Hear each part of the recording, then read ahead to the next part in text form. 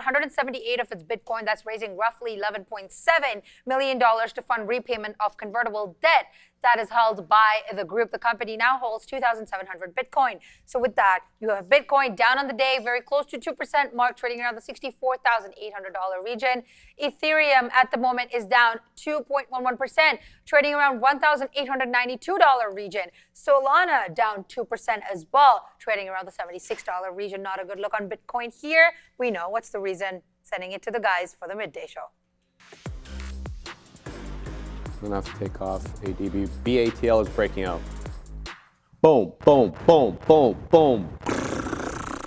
Whoa! That's crazy. Greetings and salutations, beautiful people. Welcome to the midday show. That is your boy Joey Options. I am Sharif, and let's say hello to everybody moseying on in the chat.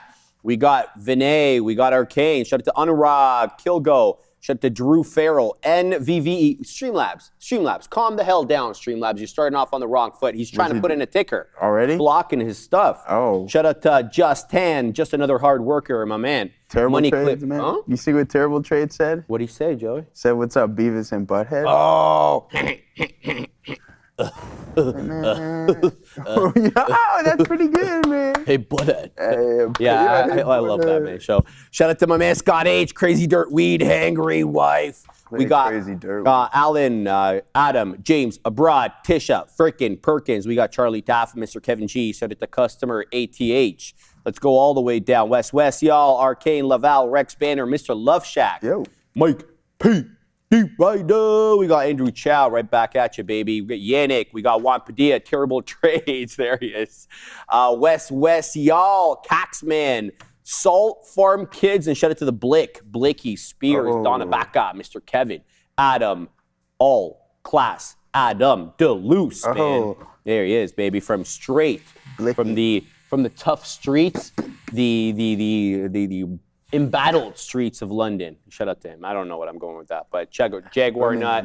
One more. Edwin George. Noon Loon. Walmart is killing my soul. Oh. Says Noon. Yeah. I mean, it's getting smoked, man. Like, so is the rest of the market. I was going to see if the banks were strong today. Not necessarily the case, but enough is enough, ladies and gentlemen. Let's get into what we were trading here today. We're going to kick things off with our... Oh, he wasn't logged in, was he, Tiffany? He wasn't logged in. Oh, Sharif, you didn't even help me out there. What about they didn't say anything to me? You made them walk. When they walk over, you know you're in a bunch of trouble when they walk over. Anyways, all right, guys, we'll get into that here momentarily. Let me spiel on for a couple of seconds before we do pop into that. This is our only loss of the day, but I mean, nothing to write home about. We did have the most shares on this Tesla trade, and I'm like, uh-oh. If this thing starts selling, then it's no good. And yet, we have yet to find a bottom. So, Ozan, writing those contracts, congratulations to you. So, we took that loss there on Tesla. But one thing that I was kicking myself about here bright and early this morning was this initial long off the TQs. Pulls back, and I just got out break even, and then it went on that other run. And I said, not today. We're going to try it one more time. So we're slightly positive here today, ladies and gentlemen. But once again, only a cup of coffee or so. But all right, guys, VinFast continues to expand beyond vehicle sales. This week, VinFast India partnered with Shriram Finance to support EV financing access. Well, Green SM launched all-electric ride-hailing in Kazakhstan with VinFast VF6 vehicles. Together, these moves highlight VinFast's broader mobility ecosystem. You can find them out on the NASDAQ under ticker VFS. I just want to give a quick data point, please. Give it. During President Biden's full term of 4 years, the triple Qs made 28 all-time highs. During President Trump, we haven't even gotten to 2 years. We're at 21 all-time highs. Okay, so let's put it into context. Okay, say that again. What was during Biden's? President Biden's full term, 4 years, we made 28 all-time highs on the triple Qs. During President Trump's second term so far, which isn't halfway through, we're at 21. 21. So we need to keep everything in context. Yeah, absolutely. But also, we have to take into consideration, what if it's a disaster? Not saying that it's going to be, because I don't think that it's going to be, all right? I'm a big-time bull, you know this. But what happens if for some apparent reason, it's just a disastrous 2 years and we get stuck at 21. Entirely possible. You know what I mean? But I don't think that's necessarily the case. Now, listen, what the numbers from Google, we're going to get into that later on in the day. Absolutely phenomenal. I love everything about it, and I'm going to continue to do so. Now, what's on our list today? I wasn't going to trade it, but Google will keep an eye out on it. A high of 214 yesterday on NVDA, now down to 206. Guess who's going to be buying more? This guy over here. Tesla just getting absolutely slaughtered and taken behind the woodshed. A dog's breakfast here, down 14%. Bright and early. Sia's got the lunch ready to rock and roll. We'll figure out what that is momentarily. But the NASDAQ, bang, it's Mexican. So yeah, who hit that one there? Cash money. $67 break here on TQs. And then if you want to talk about absolute disasters, here's SpaceX. I mean, it can't get any worse. Well, it probably can, and it probably will. But you get a low of around $110. Man, we were talking about $100 and even potentially down to $80. This isn't the IPO that we're looking for, but hey, it is what it is, and you have to take it for what it is, I think, at this point. Will I be buying more? That's why you never go all in at once. I'll grab a little bit more here, but I do believe, now this may be a hot take, I don't think that we see all-time highs in SpaceX for quite some time. Man, your friend Kalua is printing up a storm here. My days. Man. Kalua, I made $4,500 in payouts in the last 5 trading days, $550, then $2,000, and then $2,000 again today. We going outside right now. Time to have a good rest of the day. God bless the markets, man. God bless you, man. Good attitude there. Love to hear it. Let's get right down to work. Let's get down. Yeah, so guys, I'm keeping a close eye here on BATL. USO is up 6.5%, and so we need to keep our eyes on some names that we can actually trade that are adjacent to oil. So BATL, this is the one that I'm looking at. Neil astutely pointed this one out to everybody early on. 181 high, showing 178 right now, taking out that top at 175 where it had some resistance early on. BATL, not up big. We're not looking at some big movers today. It is a very light bunch in the world of small cap gappers. I'll submit to you the highest gapper on the day is to the tune of 59%, and that's LGCL, and it is substantially below the volume weighted average price. So the pickings are very slim. We're going to have to trade these ones carefully, and I'm personally going to trade them a little bit more sparingly today because I'm not liking what I see. So BATL, first and foremost, that's what I'm looking at. And then the sell. We gave you guys the sell as a swing back in the day. Just got back into 25 bucks. It's been a volatile one. You can see, you know, it's kind of still putting in those higher lows. I did get stopped out of this one below 20 bucks, but I did get back in, so we're in a couple of bucks in the money. Let's see if this one can mosey on back into that $40 area where we were not that long ago. When was that? That was late June. Okay, so not bad. That's not that long ago. So we're keeping an eye here on FCEL, possibly intraday. CJMB just bled its own blood. It tried to get back into the volume weighted average price, but that was a false breakout or a bull trap, I'd say, if I've ever seen one. 1055 candle, rips up from 220, pops all the way up to 253, touches the volume weighted average price, drops, loses prior area low. Now it looks like it's on the way to $2. So this one, a bit of a problem. Assassino, are you talking to me in my ear? Because I don't hear you. I don't know. I'm plugged in. I've got everything right. You logged in now? I think somebody played around with my settings yesterday because when I did come to my computer, there was a lot changed. So I'm a little disappointed with that. But we'll play around with the settings. Exactly. Somebody changed it. See ya. Fantastic. Fantastic. Try again, Assassino. Perfect. Now it's working. Somebody gonna get that hurt real bad. All right, so we're gonna keep an eye on that one, but for now, we're gonna send you to see it. It was Sean. Keep an eye out for MSFT, Microsoft a bit towards the downside. Not a bit, continuing to slide towards the downside. 3.2% now. So Databricks and Microsoft, MSFT, have extended their partnership into the 2030s, not 2030, 2030s. The expanded partnership is also aimed at helping enterprises bring business context to enterprise AI, and Databricks will be running its core business operation on Azure Databricks. Microsoft continuing to slide. Right, Assassino, I am ready to go when you are, my man. All right, guys, quick reminder. Trader TV Live members get Sharif's Mind daily morning research note every single trading day that I am here. We're talking about the big market stories, the key technical levels, the trade plans, how to get in, how to get out, what to look for, as well as the catalyst and what we're actually watching into the open. It is only $4.99 a month, as the Katina man likes to point out. It's about a cup of coffee a day, probably a little bit less. 20 cents if you're paying 20 cents for your coffee, that is, of course. And you also get members-only videos. You get posts, custom emojis, as well as loyalty badges. Hit the join button below this video on YouTube to become a member. Thank you for everybody who's joined. All right, Bovin is yelling about NVVE, so I got to look at that one immediately because he was pointing it out to me last time, and I think it was halted down. It is halted down. Bovin says NVVE is halted down, but hoping for a hold of 7 to move up. Look, Bovin, we saw this multiple times with the small caps this week. They hold down, but they hold trend. That's the thing. And I would submit to you, you've got something here. You got that halt right around 729, 728, but look where the volume weighted average price is. Look where the 10 EMA on the 5 is. They're both pointing to that $7 area. So that's first and foremost. Once this resumes and it looks like it's going to be a 10-plus minute halt, I need it to hold above 7.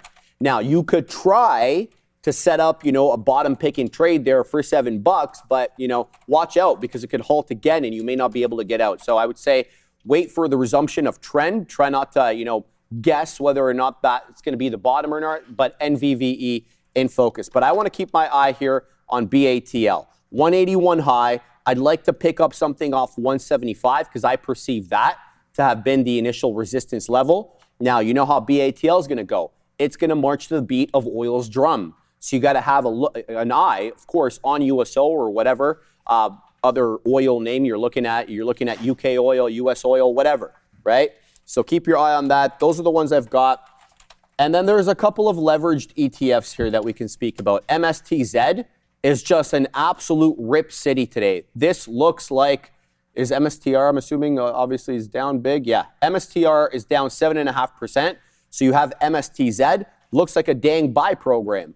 I mean, I can count the number of red candles here on the 5-minute chart on one hand because mostly green here. So this is an inverse leveraged ETF. It is a good price for small cap traders. We're talking about $12.50. The volume on MSTZ has been ample, Joey. What do we have here in terms of volume? I'll tell you in 1 second. MSTZ, we've done about 4.5 million shares, so it's not bad. It's not fantastic, but it's not bad. So keep your eye on that one. And welcome to the 2 new members. We got Michael Crum, 2618. He just signed up. You get my morning note. How about UTech Chipia? I'm sorry, I probably butchered that, man. But thank you for joining as well. Both of you guys can get my morning note. It is incumbent upon me to tell you where to get it. It's not easy to find. You head on over to the YouTube homepage for Trader TV. This will be what it looks like there. You'll see the tabs at the top, home, videos, shorts, click posts right there. And if you're a member, you're going to see that members only badge right at the top there. Just click read more. And there she is, right in the link. Read full PDF here. First, of course, is going to be Google. Second is going to be Tesla, Joey. We got IBM. We got ServiceNow, USO. The gauntlet is on this bad boy today, so make sure you're getting it every day. And just before we get Joey's take on things, we got to send it back up to Seal. Freeport McMormon, that is FCX, has made an earnings beat estimate on rising copper prices, but CEO of the company saying waiting for Trump administration decision on copper 232 tariffs. If tariff is imposed, company could get higher price for its U.S. copper. The stock is currently sliding further down more than 4%. All right, so what are you looking at? Yeah, homeless god, man. I can't imagine that, to be honest with you, because I think there's other things that have a little bit. We'll get into it. Listen, we don't want to break down all the fundamentals and going through all the reports right now, but there's just numbers within Google's report that is just okay, sell, because I'm over here with a grin on my face. Just getting prepared to buy more. No, I'm being dead serious. AC Slater to that says Ben Affleck. Yeah, we grabbed some at 350. We started small. Why? Because you're going to wait for earnings. You're going to see what happens. Market pricing in a lot of the move. But listen, there's going to be a lot. There's a lot to talk about. I don't want to get too in depth with it right now. But I'm all giddy. I'm all giddy about this stuff over here, Sharif. I'm liking now it, at man. This point. Yeah, I mean, why not? You're happy. A great conversation going to happen. IBKR says go to the top side now. we're just looking for an opportunity. Now, I may be looking in the wrong space. So you've seen that we are messing around. I was going to use a different terminology there with Tesla yesterday, and it didn't work, and it was our only loss today. Now, if we look at this from a bigger picture and we zoom out and head over to the daily, I'm over here freaking out, and Sean and I had the conversation. It's like, okay, yeah, I was all in my feelings about like, oh man, I let Tesla go around just under $300. Well, guess what? A year and a half later, you're only $20 from that point. So I mean, there's nothing really to write home about. Now it's getting even worse, to be honest with you. November of 24. If I go back even more, you're going to be like, oh man, you really haven't missed anything in the past decade. And that's the reality of what's going on with this specific name. Like, imagine going back all the way to here. What's going on? I'm printing on this, bro, and I know Bovin's gonna print too. Look at Bovin immediately. What is that? NVDA? Look, Bovin, you kill me, dude. I love it. Immediately. Yeah, immediately. I knew he was gonna do that. So I did it before him. There goes NVDA, Joey. 780 limit up. Be careful, okay? This one can turn on you in a minute. 780 limit up. All right, is back up there? It's killing it. Maybe we can head back over to small cap because I'm not finding any form of a bottom this given second here for Tesla for us to find a bounce. We tried the one attempt. I mean, these two trades here, this would have been the day maker right there if we just held on to the size that we had all the way through here. But this pullback kind of spooked me out because everything else was just absolutely tank city. So I'm like, what am I going to do here? The NASDAQ could follow. But we made that mistake. We looked at the levels, got right back in where we were before, and we were fortunate enough to take the majority off at the volume-weighted average price. Now, this was the only attempt on TSLA, as this thing absolutely gets destroyed. This is why you don't hold these leverage products for long term. All right, this is a massive issue in South Korea. Yeah, I mean, when you're over there and you have these leverage products and people don't understand the downside of things when it comes to these things. Tesla down 14%. This thing's down 30%. Oh my days. There's nothing you can do. It will never recover. It will never financially recover from what it's going on right now. Sharif's got some stuff cooking up. Let's send it over then. All right, there it goes, man. It just ripped through 8. So we got 694 on here, 791. 802 limit up. Okay, for the newer traders or the newer viewers, I should say, when you are looking at my screen and you're looking at my level 2, the red rectangles are limit up and limit down. On the right side of the level 2 will be limit up. So 802, now it's 815, Bovin. 815 limit up. On the left side, you can't see now because we're moving up. You're also going to see limit down. That means where we're going to halt, what price band we have to reach and stay at for 10 seconds for the halt parameter, the volatility halt parameter to trigger. Bovin says he's looking for 1040 on NVDA. So, hey man, it's an 840 high, Bovin, current bar high on the 1115 candle is 815. As I mentioned, the candle that got to the high of the day is 840, and here comes 818 on the ask. Can we see 850? Looking for continuation here on NVDA. And I'll submit to you guys, we haven't even got a decisive clearing of $8. You're seeing the bid now move above 8, but it wasn't that way. And I'm assuming it's probably going to zig and zag a little bit here as it's doing right now, back into 794 on the bid, 809 now on the ask. So I'm packing the patience. I like how you read this one, Bovin. I like how you saw that $7 level and how it was overlapping with those key technical indicators. We spoke about the volume-weighted average price as well as a 10 EMA on the 5. They were overlapping both at the $7 level, which in and of itself is a psychological area of support and resistance, depending on which side of the trade you're coming from. So we're going to continue to watch NVDA here. Bovin says they canceled their offering or something yesterday. That's what Bovin's talking about with respect to the headline. So let me just look at my blotter here. 818, 849, Bovin. That is a new high of day, and now we're in a halt parameter, Mr. Options, man. 849. We need to stay at this level for 10 seconds, but this one has been littered with false halts so far just since I've been watching it. I'm out. There's the end of my trade right there into 850. Boom. From 694 into 850 on NVDA. Looking pretty good here, Bovin. We've only done, though, 1.14 million shares of volume, but this is a good one so far. As I mentioned earlier, the pickings are slim in small cap gapper land, so we're going to focus on this one until it gives up. Get it, Tisha? I see you. The 1883, he's done for the day. He just took NVDA long and he's done, Joe. He's going to go out and enjoy the weather.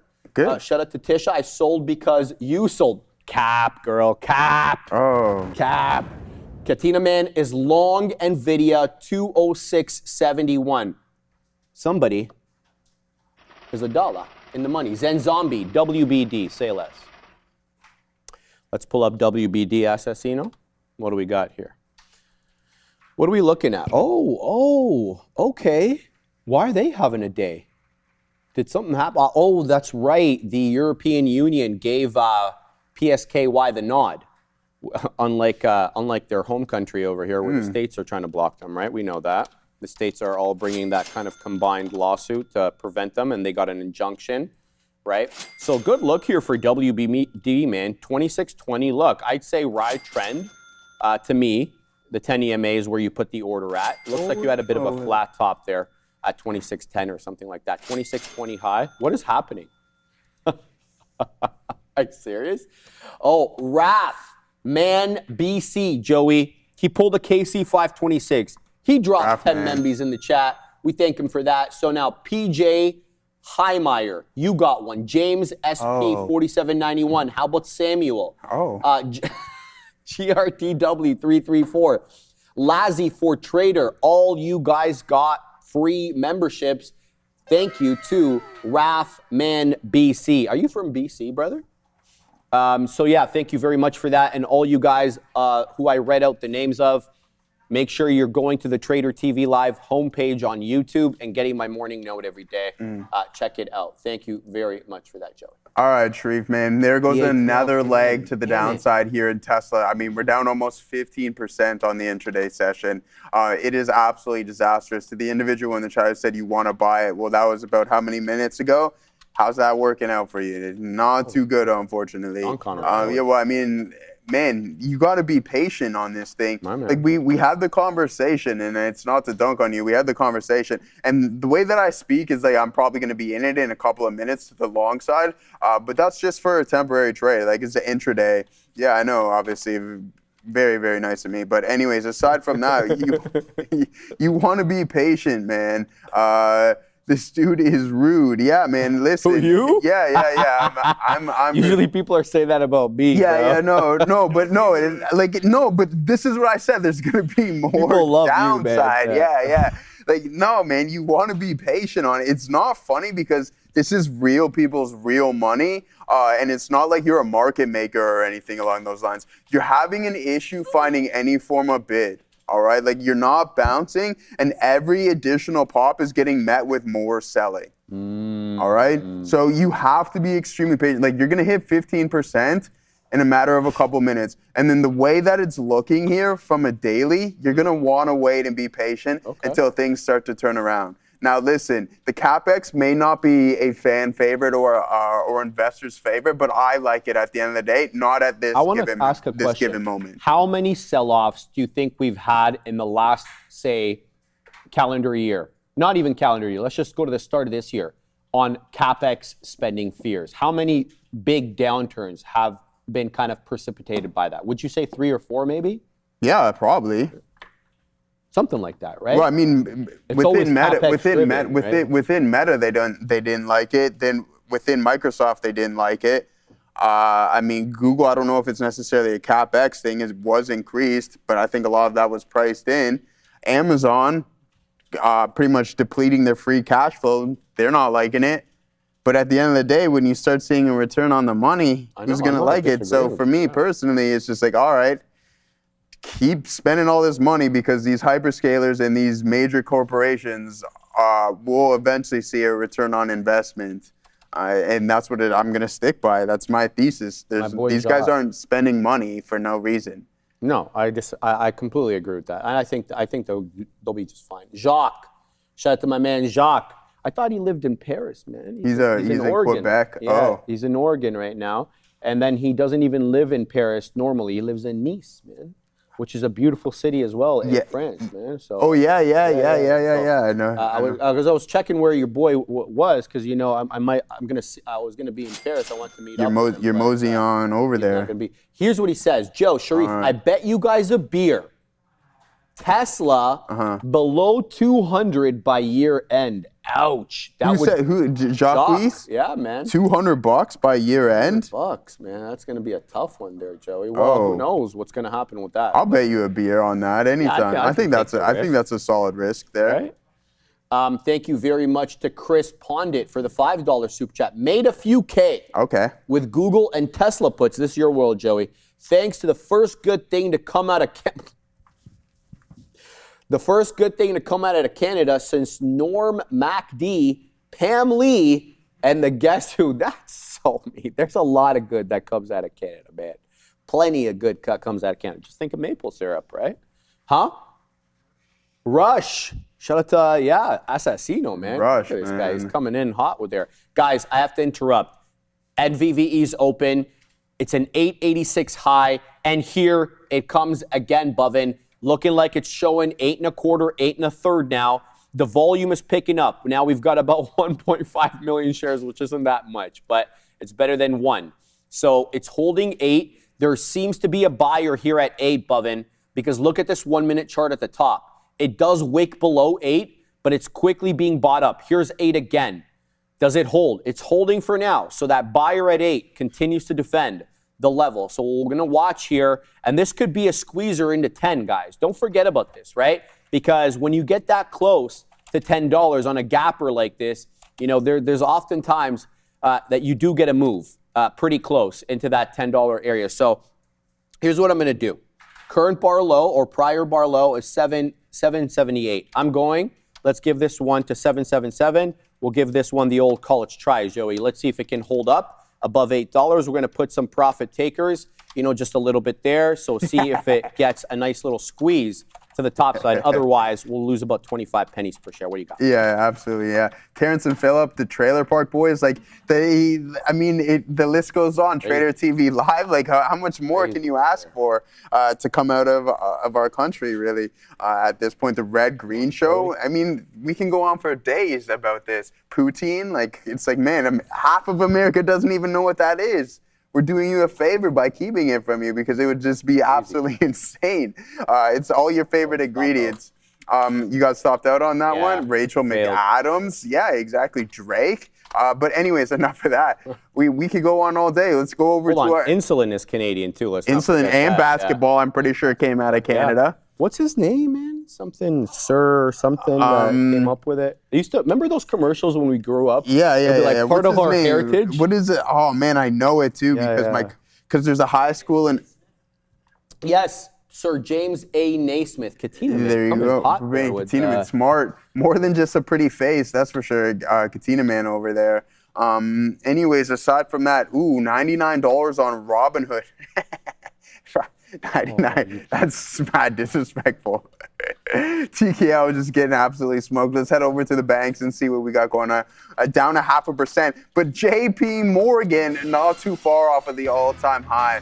And then Walmart, just unfortunately breaking through that support level here that we were talking about not too long ago. Where are we going to look for a potential base? Around that $100 marker. Okay, I thought I was going to be in trouble. But here it is, 102.98. Shreve's got that momentum. I have nothing in the world of large caps. I don't know when Tesla's going to bounce.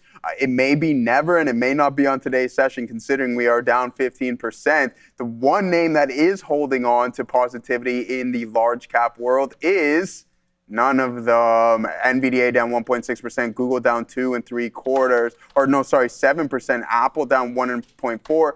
SpaceX down another 2%, Microsoft down 3%, Amazon down 5%, Broadcom down 2%, Tesla down 14%, Meta down 4%, AMD down 2%, Palantir down 2% as well too. It's closer to 3%.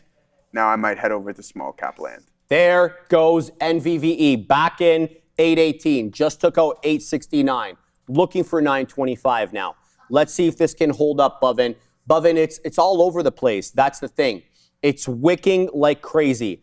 Stop placement is going to be super strategic. Just take my screw up here as an example. I get in to defend 8. I gave it to candle low, but hey, this one dipped down into 750. So stop placement here to avoid getting stop hunted, I think will really be important in this trade. 886 high, It could get to 10. My spidey sense or my bias is that I'm looking for 10 on this thing. But do I get stopped out on the way? That's the tricky part here, okay? I'm not going to DCA into an oblivion. This is a momentum trade to the high side. It has to hold. Otherwise, I get out. So we're nicely in the money now. And here it comes again, Bovin, into 850.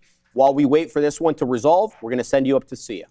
Keep an eye out. The market dropping a little bit over here. The SPY down a side. Exclusive comments coming here from Axios saying that U.S. President Donald Trump saying that he's quote-unquote close to a decision on quote-unquote massive attack against Iran. Keep an eye out.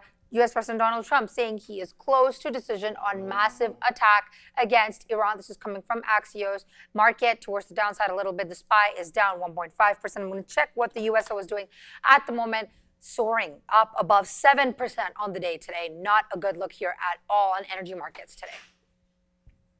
Prezi, let's end this shenanigans, man. Let's end this. All right, man. Whatever it is, Joey, what are you looking at over there? Because we're long battle. We're taking prints here on BATL. Obviously, Sia brought us the news. There goes battle. First print looking for 182 next. All right, man. I got some things going on here. A couple of solid indecision prints off of those. Maybe we take a stab on NVDA for a potential bounce off of these bottoms here, guys. Oh yeah, we're gonna have to take a stab on this one regardless if it works or not. I have no issues with heading over to small cap land either, right? We had a great time on it yesterday, one solid trade on it, and that's all you need sometimes. So what we're gonna do here on NVDL is we're gonna post up at a quarter, 31 and a quarter. In the meantime, let's send it over to CN1. Thank you so much. Here we have Juan with us discussing European markets. They're going to close in some time, but we're going to take a look at what Juan has for us right now. Thank you, Sia. Feels different to be on this side of the table now. European markets basically falling into the red as the ECB or European Central Bank kept interest rates unchanged, while global tech sector sell-offs and also rising energy tensions adding a lot of pressure. If we take a look at some of the indexes, Stoxx 0600 down by more than 1%. They broke key technical baselines, a brutal 2.7%. Technology slide, completely erasing early week gains for the Stoxx 0600. Even in Germany, the DAX suffering a 1.46 slide into the red. Now they're below 25,000 handle, and basically manufacturing components buckled under rising utility bills as well.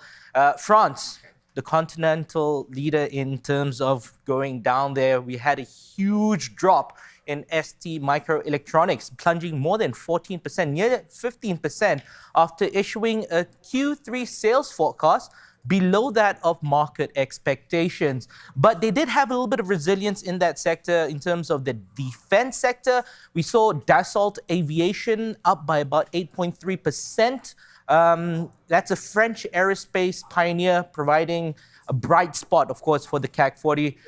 They skyrocketed all the way to the top of the Stoxx 600 after delivering a massive first half earning beat. In the UK, they were the outperformers of the region, even though they were still in the red by around 0.61%, heavily insulated by broader global downdraft, thanks to outsized upstream energy weightings.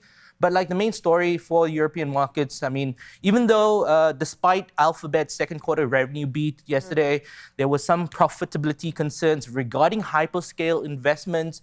You know, pan-European tech sector plummeted by around 2.7%, led by that crash, of course, by ST Microelectronics.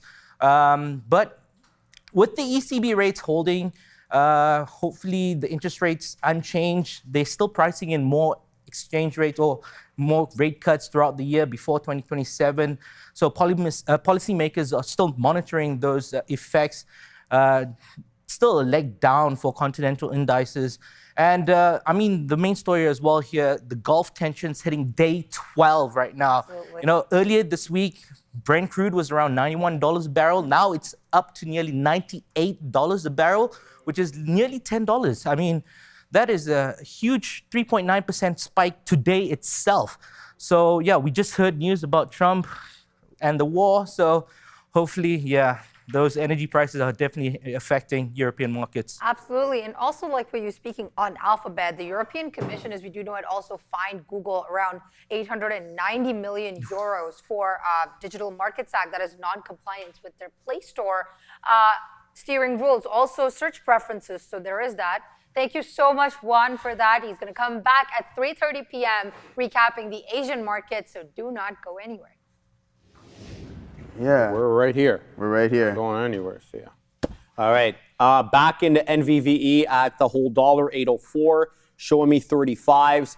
I like what Tisha has to say there in the chat. Tisha, quite astute. She's like, it's either going to flush or it's going to pop. I don't know why you retracted that message, Tisha, because that's absolutely accurate. It's either going to lose 8 and lose 8 pretty aggressively, Tish, or we're going to rip. So let's see which one comes first. I've done everything that I can here by getting my price close to the whole dollar. Where there has been support problem is we got 3 red candles on the 5, 886 high, and then we have few lower highs here. So unless 8 holds and the buyers step in, we're probably going to lose a level. My man, Adam, James, abroad. He's been having a great week. Shout out to my man, LGCL. Yeah, I've got that up there. Grunfeld was calling it out. I don't like it. You know why, Adam? It's trading below VWAP. It's recovering from area lows off 132. High of the day is 179. But when you look at the pre-market high, it goes to 248. I'm talking about LGCL. That's the chart for it right there. You can see the white line. That is the volume-weighted average price for me. It's going to need to get above 2 to get interested, but we're going to keep an eye out on it because y'all keep calling it out. So we'll keep types on it, though. Yeah, all right, guys. We're posted up on 2 levels here. This is the TQs. And then also NVDA, you can see the time in which we post it. And this is the most frustrating thing on the planet. What? Is that, hey, we post up, Sharif, waiting for a pullback. No pullback there. So these are the opportunities in which you kind of want to punch. But hey, it is what it is. If we miss the train, then so be it. TQs, we'll look at a potential buy here right off of the lows at 65.25. I believe we'll have the ability to get that, especially if these big boys are going to recovery. So these are the 2 orders that we have out right now. And this is my risk, guys. I think it's really important to note this, is that, hey, look, if I'm wrong, I get a 1-minute candle open up south of there, then it's like, okay, you're out of the trade. So what do you have? You have the risk 20 cents on this one, and this one is just about 10 cents or so on NVDA. But I do believe that that one is going to have a little bit stronger of a recovery before we get any form of pullback here, because the buying really starting to step in, even here on Tesla. So, hey, man, missed the bottom. It is what it is. I told you we had a couple of decent trades on and nothing to write home about. But one more, and then we're going to be sitting where we kind of want to be. And with that being said, where is the next opportunity, as our guy Obi would say? Now, Sharif's got the small caps on lock today. We can head back over and take a look at some of the larger names and what SpaceX is up to. $112. Absolutely disastrous here, unfortunately, for all the individuals, including myself, who were buying this name in the $150 marker. Now, someone's like, hey, I bet Joe said he bought Tesla off of those. No, dude, listen, I told you guys this before. I was an owner from, I believe it was early 23s. You had some nice appreciation. And then I sold at the lows in 24 at the tariff tantrum. So I lost like a year and a half of unrealized gains. And the exact same thing in IBIT here. IBIT, the exact same thing. IPO price, building a massive position. And then sure enough, I only started piecing some out when we gave back so many unrealized gains after that. So it not working out how you want to, but I'm glad that we did drastically reduce our size in Bitcoin. Now we're starting to get the pullback that we're looking for. I do believe that the TQs is more obtainable around these lows than what we're experiencing here on NVDA. 1 second, Sia, because look how much we're already extended from my entry price. That would be a hefty pullback. Now it may or may not happen regardless of the scenario, whatever does come to fruition. I have to accept it. Let's send it over. U.S. President Donald Trump telling Axios that Iran is not ready to make a deal. However, on the other hand, we also have comments coming in from him saying that Iran is willing to discuss terms. So there's a lot coming in right now. If there's any more that is not confusing, I will update you about it. Thank you, Sia. We should let everybody know as well. Carolyn Levitt holding the White House press conference right now. She's taking questions with the press in the press gallery there. Carolyn Levitt back, of course, from Matt Leave. Shout out to her.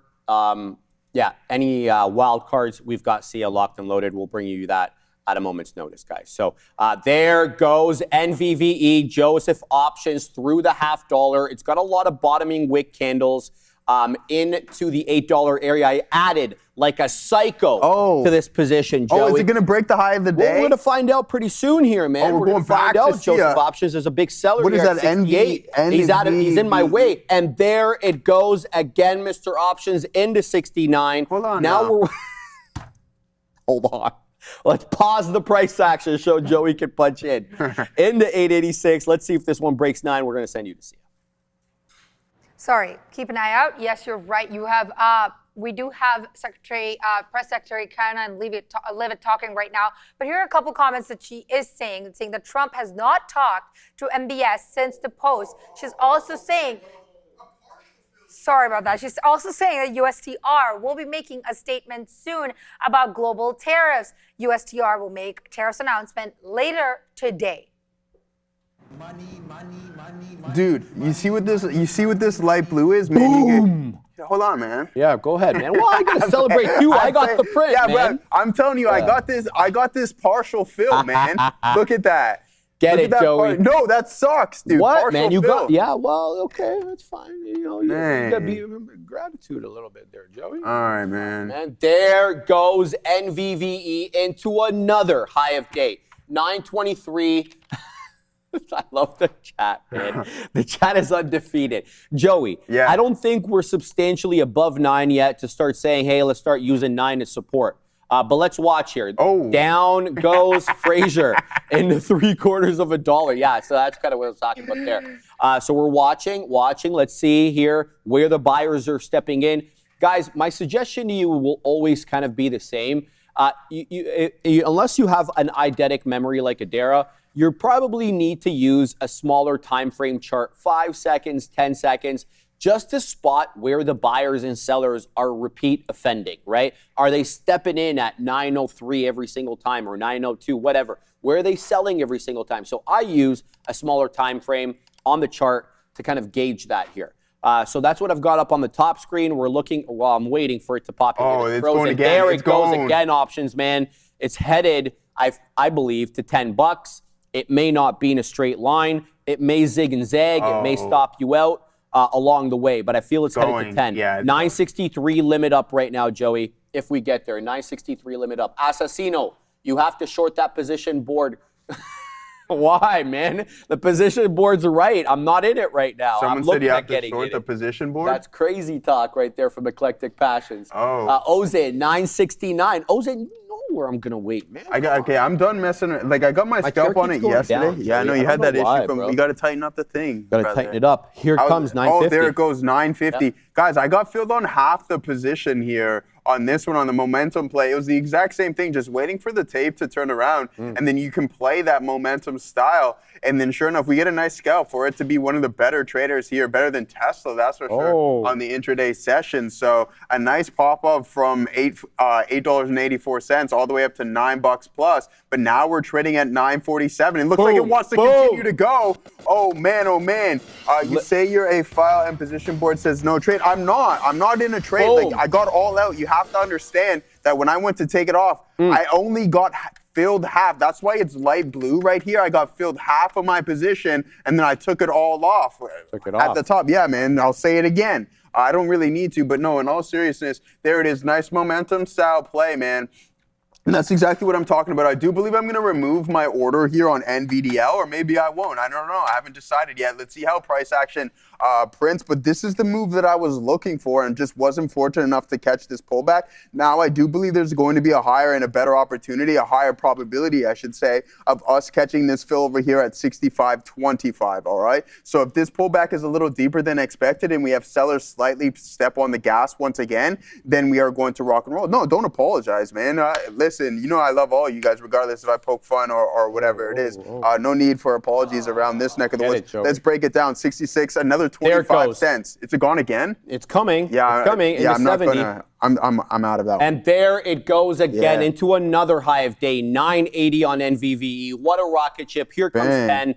We're picking up on volume, 3.75 million shares. We're closing in on 4, Joey. Probably C5 sooner rather than later. 980 high.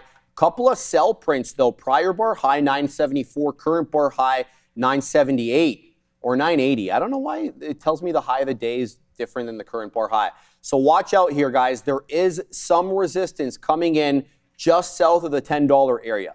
Now, let's see if the buyer is here a little bit stronger than the sellers, because what I'm seeing personally is the buy orders stair-step up higher and higher. So the support is moving up incrementally. It was at 940. Now it's at 960 generally. Let's see exactly whether that holds up or not. But NVVE needs to be in focus here. Nick Dub.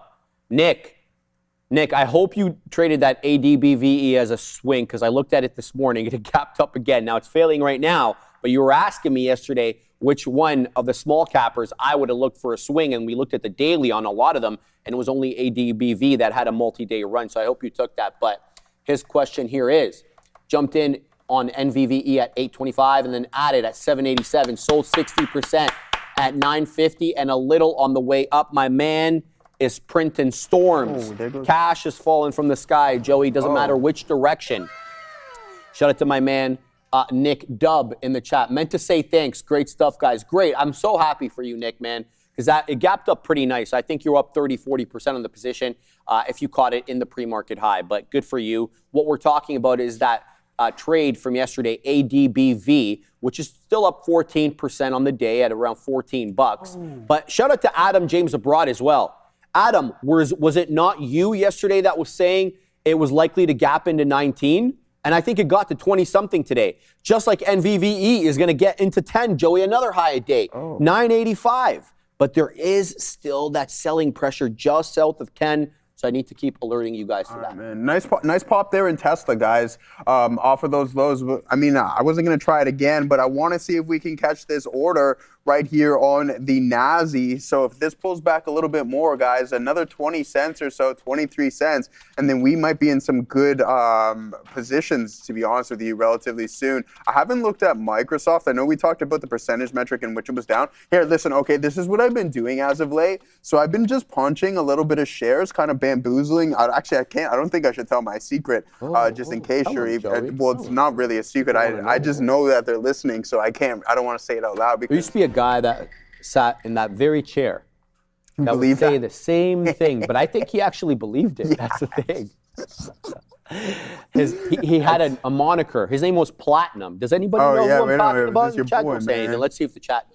No, but some things are too coincidental to say that they're not listening. We're going to dabble a little bit in here, but I mean, this is just a fraction.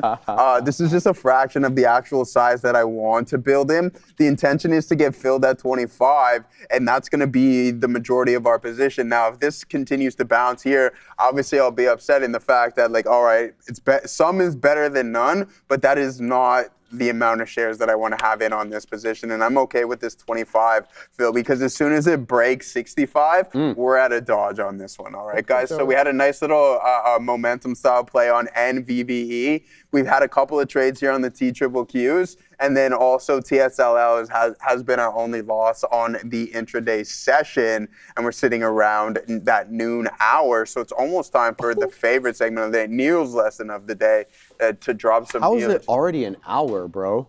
I wish the entire show moved as quickly as that first hour, because like it's just it's that in between bit that is what is really what gets you. Can I say something though? Like when the small caps are moving, it's just your focus is so hyper concentrated on them. You don't even feel the time. Sure, it's the same for you, small caps.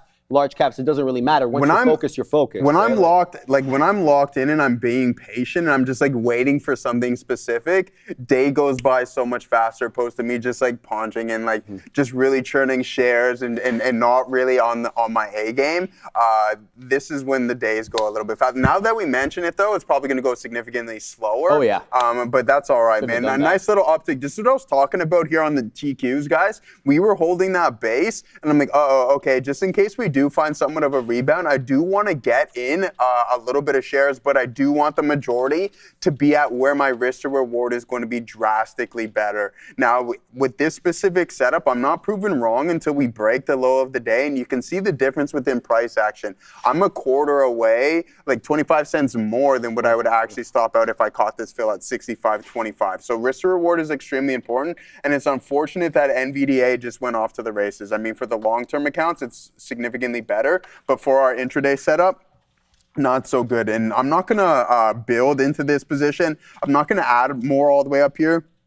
What I will do is be patient and allow price to come to me. Just be like a sniper and allow that shot come directly to you. Sharif, did you notice in the chat how there's like a translation now? So I don't know if you. Oh, you're heavily focused. You're heavily focused. Yeah. There is. You see there that? Goes NVVE. We're gonna limit up. Again. Oh, 1057 limit up. I've got 59s. What a fail at 10. Oh. Watch out, guys, for a flush now. Watch out for people stepping in, but watch out for the flush. Anything below the $0.50, I'm getting the hell out of there. I'm out. 975. Yeah. No, I felt I was gonna fail. I could have been wrong on that. Okay. But man, I didn't get anything above 10. That was a mistake, man. I should have had a resting order above 10. That was such a mistake. I had my order south of 10 thinking that there was going to be a tug of war between buyers and sellers. Perhaps another time to get in here, Joey. 979. No, not for me right now, man. Continuing to watch. Sorry to interrupt you, brother, but the breakout was on there, man. Yeah, that's fine, man. I don't really got anything important going on anyways. I've got a little bit here on TQs just to scratch the itch, really, to see if we're going to get price to come back into the level that we want. I know I've been going on about that for quite some time, but I don't know if today is going to, there it is. So this is what's probably driving the move here, right? So we'll go over to a higher time frame. Okay. You're getting this move back in towards VWAP on both Google and NVDA. Tesla not nearly as strong. Oh, why didn't I add some more? Oh, well, it is what it is. Some days those are just some of your sessions where you just have a couple of small wins and you have to take it for what it is. Now, there is a clear resistance zone around 65.80, right? So 65.80, if that breaks, you get that push up higher and then the retest of it, maybe off to the races it is. But bang, a nice little recovery right here, Sharif. Man, oh man. Hey, sometimes those are one of your better days. It's like small win here, small win there. It's another small win instead of just looking for that nice home run. So you get on base a couple of times, get into scoring position, and next thing you know, you're like, oh, okay, all right, we're sitting in a significantly better spot than what we were anticipating. Now, what I will do here, ladies and gentlemen, in this resistance zone, we will remove some. So a nice little move here for us on TQs. So far, we're not going to allow this to go against us. We go 3 for 3, 100% W rate on the NASDAQ. Man. That was some bamboozling stuff. Look at this. Look at that top tail candy. Oh. Show you. That's going to be some problems here. Guys, watch out for NVVE. If it loses 9, this is a lot of trouble. Oh. Okay? Because if it loses 9, it will engulf the prior candle at 11.45, the low of which is $9 on the dot. Current bar low, 9.16 on the dot. There are people defending here into 9, but this chart pattern now on NVVE is looking more and more ominous. And if it loses $9, mamma mia, into possibly 8.50, 8 2/3. Here comes 9, 9.05 buyers. Shut it to the 9.05. If you're from Toronto, you know what I'm talking about. Or the greater Toronto area, Joe. Or Newmarket. Or Newmarket, yeah, I know. Bro, you got a 905, don't you? Yeah. You do, man. Bro, you know how long I've had that number? How long? Since I was like 14, man. Crazy, bro. That's Yeah, crazy. Because you can't even get 416 numbers now. They're hard to come by. Can't even get that, man. So you can always say, 647. What's the other one? 437? Something like that. I don't even know. There's a new one. 647 is the I wouldn't even know. That's the I'm like Mike, the regular one. I'm like Mike Jones, man. Hey, 281-330-8004. Like, you know what I mean? I've had Neil's the number loving it. I've had the number that long. So you can hit me on my line. Just hit my line. All right, see what you got. SpaceX, SPCX, a little bit to the upside over here. XAI has released Grok 4.5 for Android, web, and X platforms. All right, Cool man. Beans, man. Hit Joe up on the low because Joe is. Oh, okay. All right, Chris. I like that one. But no, in all seriousness, what happened? I love Mr. Gray, you know Mr. Gray, right? I love this guy. What do you say? Yeah, we take a little bit more out here on the NAS. Man, oh man, I'm just gonna have to remove this order as we are starting to recover a little bit more here on NVDA and Google. I think that's what's helping drive the market to the northeast. Now, what is Softy up to? Down 2% on the intraday session. Yeah, I mean, it is what it is, but yeah, pretty tough day for the large caps. That's why you have to be patient. I think it's important to know, like, stop doing that. Stop. So when was our last trade, to be exact? Oh, NVVE. But anyways, inside of the large cap world, think about it. So we were out at 10-11, and then I didn't re-engage until almost the noon hour. And then also with TSLA, we just never found an additional opportunity for us to get involved in this bad boy. So last attempt on this one was $8 or around 9.36. So yeah, it is what it is. Another high right there on the NASDAQ. We'll take it as the small W's. Again, Sharif, what happened? That's the only issue sometimes, man. You always wish you had a little bit more shares, but that's all right, man. The trading gods have blessed us with this one here today. So we'll hear about Olivia Rodrigo? She got her new boyfriend. She got a new boyfriend. You know what he's doing, Joey? He's a Wall Street guy. He's in PE, my boy. He's in private equity. Man. He's about that life. Well, she's obviously about that life as well, man. I think she's pretty much set for life. But doesn't her man, hold on one second, Sia. This is her man, right? Yeah. Doesn't he look awfully close to this dude? The JP Morgan guy? Yeah, I think. Hold on. So Sia, you know about the JP Morgan thing? Do you know what I'm talking about, or yes or no? Yes, but I think she made her own money, so I'm pretty sure she has set. Oh, I wasn't talking about that. No, we weren't talking about that. No, you misunderstood. Yeah. So this is her boyfriend here. I see. And then this is the JP Morgan guy, right, who accused that woman. The memes circling around that JP Morgan guy. Do you see all the memes? Of course, bro. People would be like dying to be in his position. I see like a number of different memes come out of that. Yeah. Oh my days. Yeah, but anyway, Olivia Rodrigo's boyfriend looks awfully close to the JP Morgan guy. He's like mad young. He's like mad young though. Is that your new crush? You know who mine? Yeah, Rodrigo? No. You know who mine is? My new. I know you like Zendaya. No, I got a new one. He's got a new one. What's her name? Charlize Theron. Charlize Theron. Yeah. You like her? Yeah. Isn't she a little old for you? Bro, what's wrong with that? I'm not a fan. That's all you. That's all you. I did like her in the Italian Job, though. We're talking about the same person, right? Is an Italian Job or no? Yeah. Completely out to lunch on that one. How do you spell her name? You're asking the wrong dude. Okay, Italian Job cast. I just want to see if I'm right. Yeah, she was. That's her. She's Stella Bridger in the movie. James Dawson. Whoa! All these. Sia going off, man. all these different things got blocked. What's going on over there? Oh my days! What? Yeah, crazy. Okay. I mean. Okay. I don't think of What a Room Warrior is too bad. But anyway, we're having a great time, guys. Yeah. But as you can tell, NVVE halted down to 864. Guys, I tried to tell you. That's why I got the hell out of there. Once it lost trend, I told y'all if this one lost 9, given that it was a topping tail candle, it was going to be some trouble. It's halted down now. Good news is, for the longs anyway, is that this one is still right at the 10 EMA, right at the volume weighted average price, so it hasn't lost trend. So you could have something with that. You're going to have it without me, though. I'm not getting involved until I see the resumption of trend. So we'll keep tabs on that. But a lot of other people were astutely pointing out AEHL. So this one did break out into the dollar. It's dropping a little bit down now into about 93 pennies. I like this 90 penny hold, pardon me. This is a very interesting area. Just let me make my point here and then we can chuckle. So 90 pennies was resistance on these two candles there, 11.10, 11.15, and now it's acting as support. So it kind of flips structure from resistance to support. We know where the resistance is on the day. It's $1. So if you could build up maybe a position at 90, and I would say give it to the 10 EMA. Never financial advice, only suggestions. About 85 pennies, 86 pennies. You know, if you can risk that on a 90 entry, have at it. But I'm going to keep my eye here on AEHL. Joseph. Yeah, all right, man. some good stuff around here. We're not going to take our last out until the volume weighted average price. But yeah, a big time recovery here in the overall market. It's just unfortunate we didn't have the amount of shares on that we wanted to, and that's it. I guess I'll stop complaining about it because it is what it is, but a nice strong uptick there for the NASDAQ once again as Google and NVDA head towards the volume weighted average price. Let's see if they start to project it there.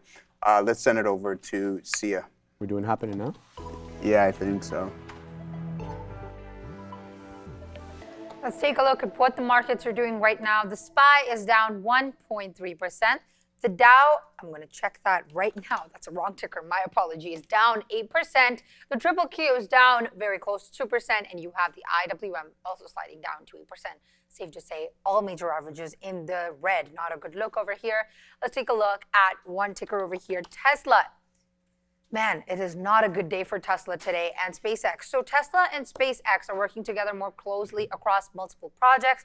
This is coming from CEO Elon Musk saying, while also stopping short of commenting on whether the companies could actually potentially eventually combine. He has also said that, as you can tell from the many collaborations on so many fronts with SpaceX, there's more and more overlap, especially with Terafab. That's really going to be a gigantic project. We're going to just check the levels of these stocks right now. 13%. Last I checked, SpaceX was having a little bit of an uptick, trading flat on the day. But before we go back to trading, let's head to Neil for his lesson of the day. Thank you very much there, Sia. So I got a question for everybody for the lesson of the day. It's a bit of a trivia question, but I'm not putting a poll out, so you can put your answers in the chat or at least think about what your answer is going to be. What is the difference between today's SMCI chart from the open to about 10 o'clock, right? So what's the difference between this chart, Lucid's chart,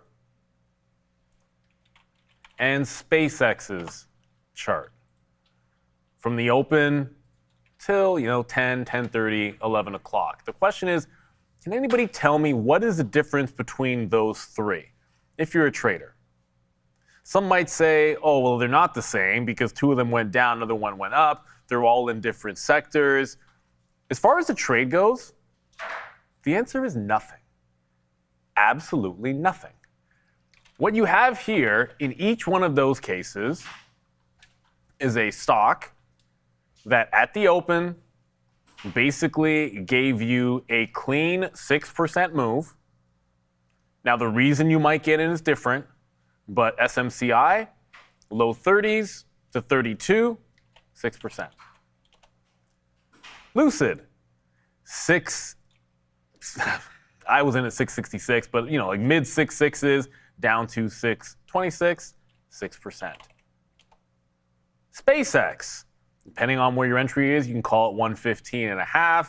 6% is about $7. I didn't quite get that. Close enough. Almost 6%. If you get the perfect move, it's close to 6%. This is what I want to get at. You can find the big time moves in all kinds of places. Now, I will grant you, when looking at returns from a percentage basis, it's going to be very, very different if you're talking in Shree's world with the small caps. Getting a 20, 30, 40% move is much more realistic on some of the small cappers. But when it comes to big cap tech and this type of volatility, you're getting opening trades that are sometimes 1, 2, 3 times more than the norm in this extended volatility. And especially in that opening rush, when eventually it'll revert. And it's really just about identifying what it is that you are looking to accomplish. Now, with SpaceX, a lot of people would be looking shorts. Let's say you're looking short. Maybe it could just be as simple as the pre-market highs. It could be as simple as, okay, when this fails the volume weighted average price, a short VWAP to the high, and then make sure you try to get that big move. I can tell you, I already mentioned the plan of action, so I don't really want to go over Lucid too much here because not to beat a dead horse, but this was a continuation from yesterday. Effectively, it's losing this prior support. So with the short into the high from VWAP to close this gap. We literally laid that plan out yesterday in the afternoon. But then you look at SMCIs. We didn't trade. And you can't tell me that it doesn't give you a different type of structure for the exact same type of move. You're going to get that 6 points, but in this way, you're getting it in a different way. Well, if you like to be a mean reversion trader saying, hey, I know everything is looking really, really bad in this market in the morning, but look at the structure of this sucker.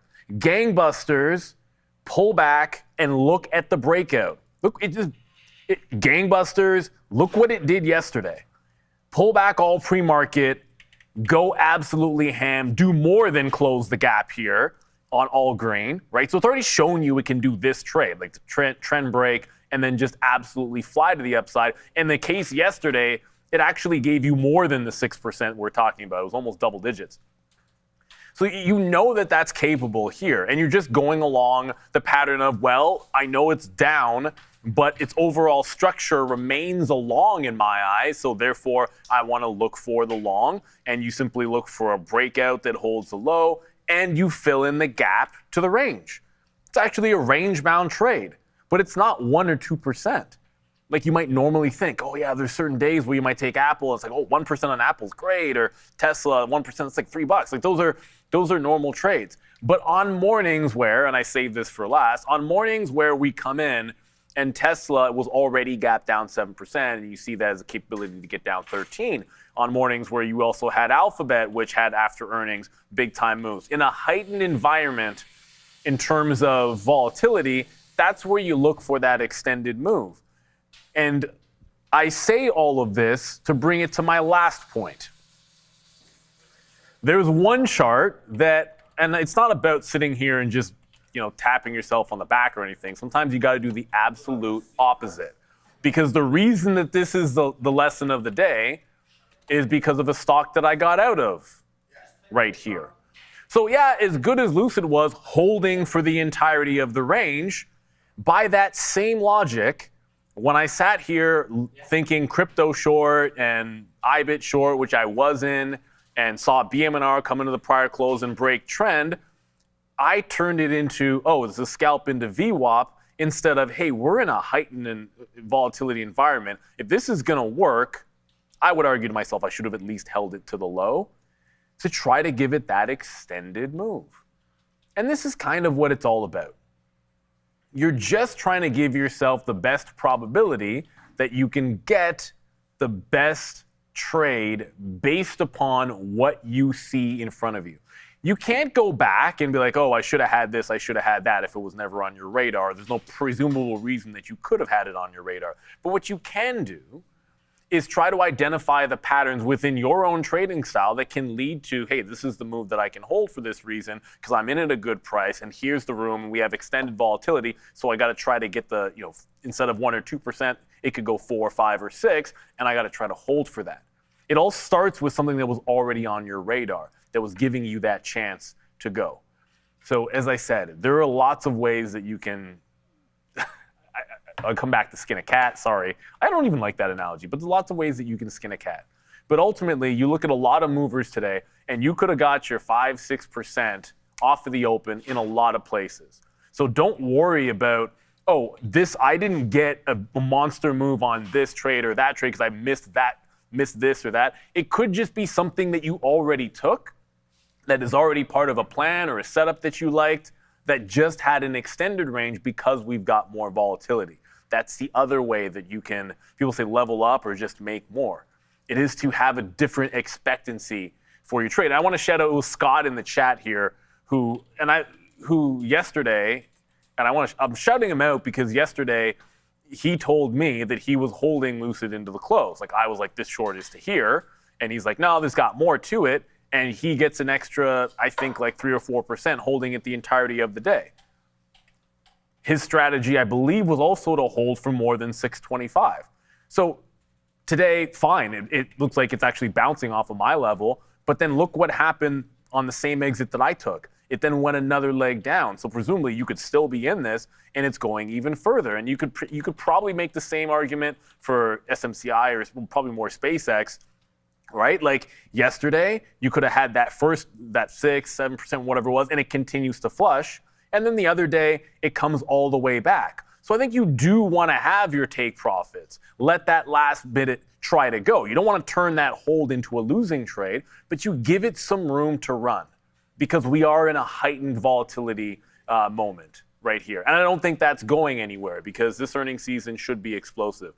Before I throw you guys back to the midday, we usually grade the lunch. It was these like quesadilla things, but the shells were unappealing. So I'm just, I eat the chicken, nicely flavored, got some vegetables in here that are delicious, a little corn on the cob. It is absolutely fantastic.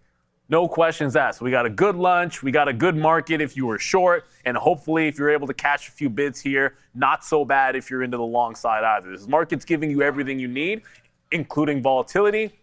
And we got you covered for the rest of the day here with the midday with Sia. So good luck in all your trading. Man, those shorts printed, but we might have just flipped the script. I just flipped the script. Oh. Let's go. All right, guys, I got to tell you about something. VinFast continues to expand beyond vehicle sales this week. VinFast India, they actually partnered with Shriram Finance to support EV financing access, while Green SM, they launched an all-electric ride-hailing service in Kazakhstan, and they're using VinFast VF6 vehicles. Together, these moves highlight VinFast's broader mobility ecosystem strategy. You can find them trading on the NASDAQ under the ticker VFS. Shout out to them. TT Mass, my man. IPW and LICN. Not the best volume for both, though. Let's take... What am I going to do with this guy, bro? He's next level stuff right there. Oh, man. Joseph freaking options. All right, here we go. IPW, good call out, TT Mass. Oh, my days. Oh. This is, and with the gap up, too, being up 18%, the market cap is $681,000. Okay, guys, be careful with this one, okay? So IPW, the first taker called out by the Mass. I'm going to call him the Mass now. LICN, let's see what the other one is. He calls out a lot of good names, by the way. So if you're a small cap trader, you ought to be keeping your eye out on Grunfeld's levels, TT Mass, Scott H, Bovin, Tisha, Casey. I know I'm missing some people. A Chuck of all trades as well. So keep your eye out on those names. They're often calling these ones out when I can't really see them because we're doing the show. LICN, I like this one for a dip trade here to see if the flat top at around 117, 118 can hold. 127 high, showing 122 right now, but you are right. It is a little bit light on vol. With respect to NVVE, because I think that's the one we were really focusing on a lot in the early part of the show, and this one I don't think this is the right setup at the moment. It is an unbroken lower high chain. Unless we can start moving above 950, 975, I'm going to steer clear of this. Now I get some people, they take this opportunity for some stagnant price action here to build a position. I get that. I just don't trust these small cap gappers enough to say, oh, let me accumulate at this level because I know it'll hold. No, I have no idea, right? Especially since names like this can be absolutely moved up and down by a relatively large account with somebody at home. It doesn't even have to be an institutional seller, right? So NVVE, I just rather ride trend rather than guessing what the trend will be next and building a position. So I'm going to steer clear of this one until I see what I like. Now, I want to give you a couple of decent ones here. EQPT. This one, I think the money entry obviously would have been 19, given that 19 was the resistance level earlier, and then it obviously overlapped with support. But 1966 high, just got into the 50 there, so nice rounded shape, good bull flag. You can kind of see this higher low, higher high pattern generally here. I don't think I do anything with this unless it comes back in to test 1930, because 1930 was a bit of a resistance level there. So if it wants to hold up, maybe I can get involved. But other than that, I got to tell you, I'm still in battle here because it really hasn't given me a reason to get out, but I'm not liking anything at the moment, Joey. All right, man. Good stuff. NVVE here is trying to make a move. So here, we were fortunate. I see you just mentioning the Qs. Yeah, thanks. Well, I wouldn't call it that. Like, listen, I told you guys that we were posted up on the lower end of this range with actually 75% more size than what we had. This was just more or less to all right, let's scratch the itch just in case it does decide to go against us. And with NVDA continuing to move higher. I mean, I could post up at 66.80s and just take my last little bit out. That's the only reason why I'm riding this, man. We don't have very many shares left on here, so there's no reason for me to panic and get all out of this position. I mean, it was a good attempt here, especially after this base was being formed. That I'm like, all right, let's see if we can get something going at least. And if I was really fortunate, what would happen is we got the additional pullback and then we would have caught that fill and then off to the races. But you can see maybe more or less a cover rally starting to step in. I don't know if it's buyers starting to engage or more or less shorts just starting to take a little bit more profit. Now, Blicky, yeah, brother, if you're tapped out, man, just go and relax. Guess what? The market's going to be here tomorrow. And then if that's not the case, if tomorrow's not your day, well, then Monday morning, bright and early, you know what time we start, 8 a.m. So make sure you guys tune in. Other than that, if there's specific names that you want to go over, just put it in the chat. But what we will do right now, considering, is we're going to head over into our options chain. I believe we have Intel reporting after the bell. So what we will do is take a look at what we got going on from this expiration cycle, just in case there's any overhead resistance that we would say, hey, we don't believe we're going to climb any higher here. Now, there is some size at 107. Where did we open up at today? That is the major question. Yeah, I seen that rug pull here, Sharif. See that? 950. Limit down, 807. Yeah, 950. It looked like it tapped into and then drops $1.50 just like that on NVDA, guys. So just be cautious with that. Yeah. I mean, Sharif's been cleaning up on this one all day. We take a little scalp and only half the position. That's why we got that different style blue, that aqua blue right here. Maybe I don't know if that's it. I think the other one might be aqua blue. This is remember aqua. Same with me too. Aqua, the band. Yeah, of course. Yeah. Ours is the same color. So this is, I'm a Barbie girl. Was it them? In the Barbie world, and yeah, there was. Was that them? Exactly. Get it. Oh, here, fantastic. All right. So it's fantastic. She may not even have been born out there when I got my first. I'm pretty sure she wasn't born, but yeah, you know, that's fine. Hold on, Sia. I think that song came out in '99. I could be wrong. It did. It came out pretty, yeah, but my dad and my mom put me on it because they would listen to it. Oh. So I love it. Yeah. Nice. That's how they're getting it down over there. They're getting it down. There you go. So yeah, there it is, a partial fill on that one. Other than that here, guys, Intel, keep an eye out on this 107 marker. What we will do is head over to our watch list and see what 107 is actually correlating with. INTC here with the underlying asset. So where was our high of the week? 106. All right, man, that's what I'm talking about, Sharif. Our high of the week is around $107, and you can see that we've been rejecting that. So we might be struggling a little bit to breach that level. Options Writers World potentially with that name. Sia, talk to us.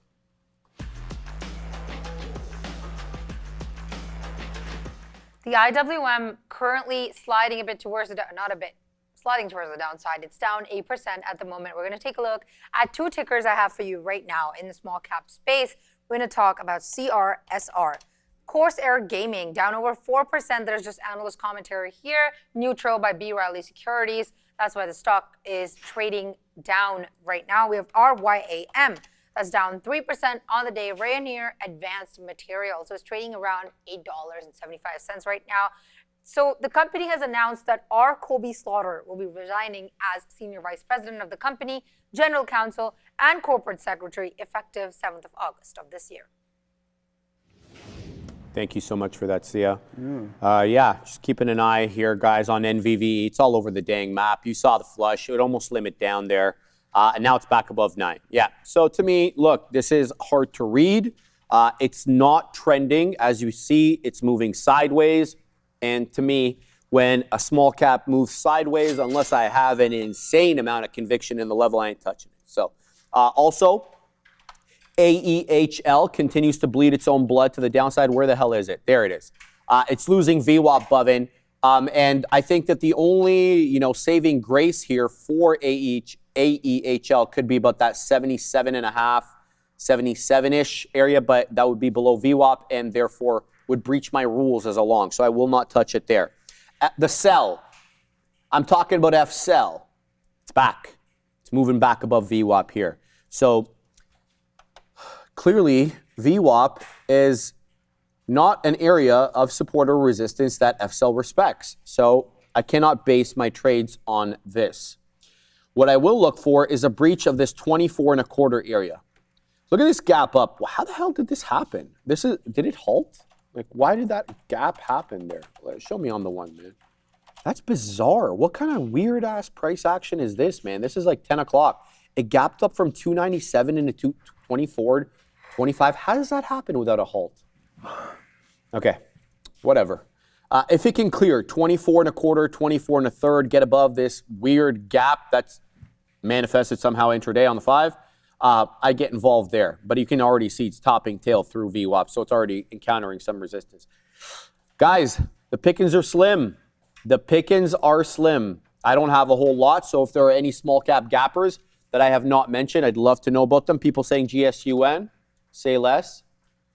Good, not bad, but volume a little sus on this one. 4 million shares on a 37.5 penny name, but the stair step structure still not looking that bad. 33.5 penny support. Volume is sporadic. Volume is low. I'd probably stay away from this. Tom Anthony, 5504. SMCI, not looking at the market. On its own thing, need a pullback. Thoughts? Thank you. Thank you for the $5 super chat. Let's look at SMCI, Joey. Is that what it's at right now? Let's find out. Well, here's the semiconductor watch list. You'll see here, you know, the memory names and the optics names seem to be doing okay.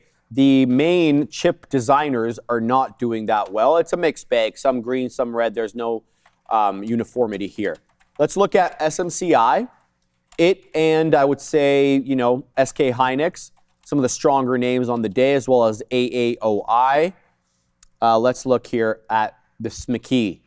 SMCI, not bad. Lost trend below VWAP.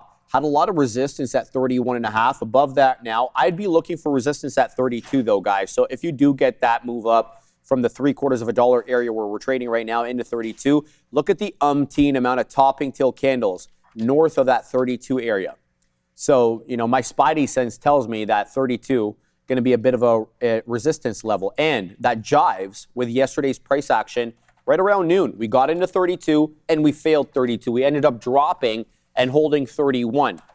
So 32 here, a resistance level of note here on SMCI. Let me throw it at the daily. Is this a repeat offense area? Why do we keep finding resistance at 32? Aha. And another piece of the puzzle falls into place. Long area of consolidation, I would say, from essentially mid-December to the loss of the level in mid-April. That $32 level, as you can see, was a bit of a top on SMCI, despite the fact, of course, that we got above it in early June. But who knows, who remembers how strong the semis were in June, right? So 32, I guess it just does jive here with some area support. I would say the ultimate level on the daily, though, for a decisive clearing is about 35. Intraday, I'd be looking for a move into 32. I'd wet the beak at 32. If you get a price spike up like you got earlier on, have some resting orders, and there it goes, 31.80. 32 could be pretty soon. So not something I trade. Obviously, Joey, interested in SMCI? No, I'm not, but we can take a look at it for sure. I can give a little bit of my 2 cents on what we got going on. Schmicky, as you would like to call it there. I mean, a nice pop-up here today, right? Like, again, a slight margin improvement. Do you believe this is value? I don't know what your time frame is there. This is where I would say you're proven wrong, but on this trajectory, I mean, it's not horrible, especially at this pace. I do believe that this name is going to specifically break through the high of the day. I could be totally wrong, but I would not be surprised with it, just how the volume is slowly starting to uptick on the lower time frames, and you can see that we're going to be heading into this resistance zone relatively soon, and you can see it's really starting to pick up some steam. NVDA is picking up some steam as well too, guys, which has really helped driving this trade a little bit higher. Oh man, we can get much higher, that's for sure, on the NASDAQ, but we would like to have a little bit more on this one. Look at the options level at 32.50. Yeah, we can do that for you anytime on SMIX and see what we got going on there. If there's an outstanding size of open interest or anything along those lines, 32.50.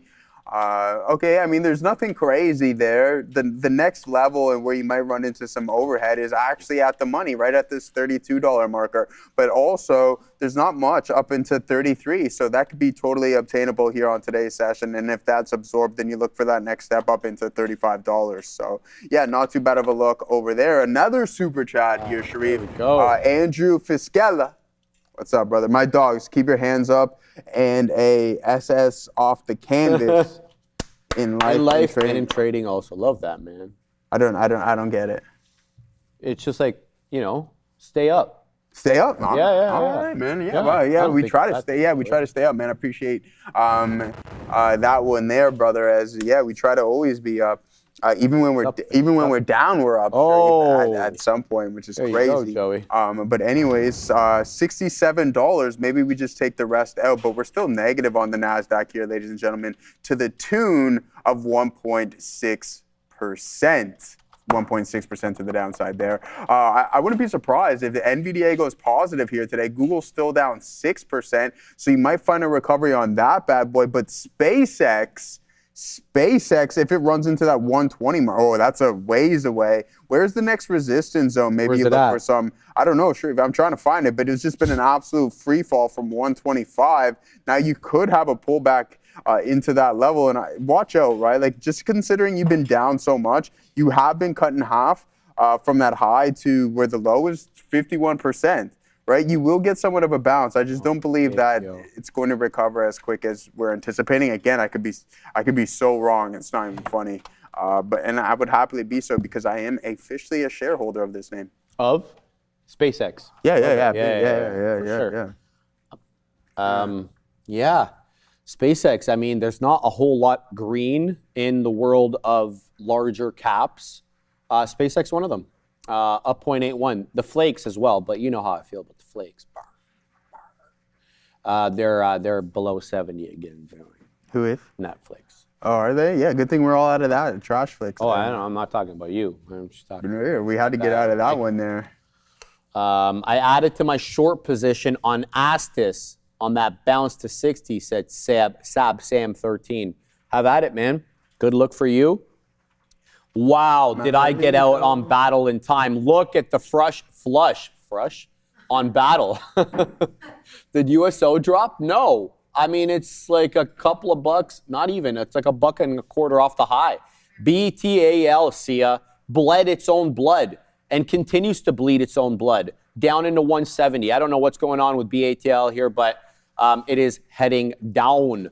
I'm long now. IPW, I just got the beak wet there at 109, setting up for a 110 break. High day on IPW. There it goes, options, man. Into the high. Give me my money, man. Punk. 113. We're setting up at 113, 115. Should I cancel the 113 order, Joey? You know it's bad luck there, man. I shouldn't be posting up at 113. We're gonna a high of the day break on that. Yeah, we're gonna go 12s, Joey. You know, just in case. IPW up 24%. There it goes, taking out my 12 order. Now we're looking for 15. We're looking for a little bit more here, up 24%. Shout out to everybody in the chat who called this one out. Seller at 13. No continuation. Can we see 14s come in on the time and sales? There's 14, Mr. Options Man. 15 just showed up, but no continuation, so we don't get the print. We're looking for a 15. It's got a cross, though, to get that print. We're at 7s. No continuation. So, yeah, we'll watch here. IPW, guys, nice breakout there. Looking for a bigger move. Bovin, I was actually going to add into this one into 1. I don't know how you feel, Bovin, about that $1 support, because there was a lot of interactions at that $1 area. Wow, look at that flush right back into my entry. Could this be an opportunity to add, though, into this monster? So going to continue to watch this one. Anything below $1, though, guys, I will have to get the hell out of this one because I'm not going to be DCAing south of $1 on IPW. Bovin says 92 long. Get it, my man. Bovin's long south of the dollar. So it gives him a little bit more room to rest easy with this one. Oh, my God. What is Battle doing? What is it doing? Battle's just bleeding down. Look at that. All the way down to 168. My days. Go ahead, Sia. So basically on that ticker, BATL, they're plunging because of a dilution shock. The company, as of yesterday, late yesterday, filed to unlock the resale of up to 37 million shares. So stock is just reacting to that right now. Thank you, Sia, for that. Thank you. Yeah, we know these names go up a little bit, Joey. They take advantage of issue, raise some cash, right, at higher prices. That's kind of the modus operandi for these small cap raises. Absolutely, man. All right, so a nice strong uptick there, ladies and gentlemen, once again in TQs. So I mean, MU just took off, people are saying, Joey? Yeah, let's take a look at MU. It's ripping. It is ripping. It's ripping. It's helping drag the market higher. A big-time breakout here on Micron, ladies and gentlemen, through that high of the day. And I mean, we talk about these larger cap names not being exactly after the opening drive, momentum-style trades, but off to the races go. Wow, you could have caught this at 957. At 950 cents, a sub $1,000, Sharif. So from peak to local low, you were down 35%. Well, guess what? From that $800 marker, bang, you're up 25% just like that. Man, oh man, what a great time it is to be involved with the some of these memory storage names. You just continuously buy any dip. But listen, I might eat these words, but what I do believe it will happen, Sharif, is that we establish a lower high and then we curl back over. What happened? Oh, nothing. I'm just seeing the face-off here. The face-off between those guys? Yeah, we got a couple of big fights coming up here momentarily as well. $1 on IPW. Still down 30% off of the highs, guys. You were fortunate enough to catch 35%. 46%. Western Digital was cut almost in half. All right? Like SanDisk was relatively close as well. So from that high, $2,300, down 44%. Down 44% and now starting to find its merry way back towards the top side. SanDisk was moving first. Never mind Micron, this bad boy was off to the races first and foremost. So yeah, a pretty good look there, guys, especially if you're getting involved. Yeah, NVDA is moving again. It's moving again. Yeah, I like this. I like the look of this one. Yeah. We're going to see ya. See ya. MU, so the move is just caused by a couple of hours ago. Right now, it's just rallying, reacting to the same thing. The Tesla CEO, Elon Musk, said the memory chip maker, that is MU, has secured a quote-unquote significant allocation of memory chips for Tesla, despite an industry-wide supply crunch. So shares are just rallying in response to that. Thank you for that. Yeah, guys, NVDA is moving. I just got stopped out of IPPW.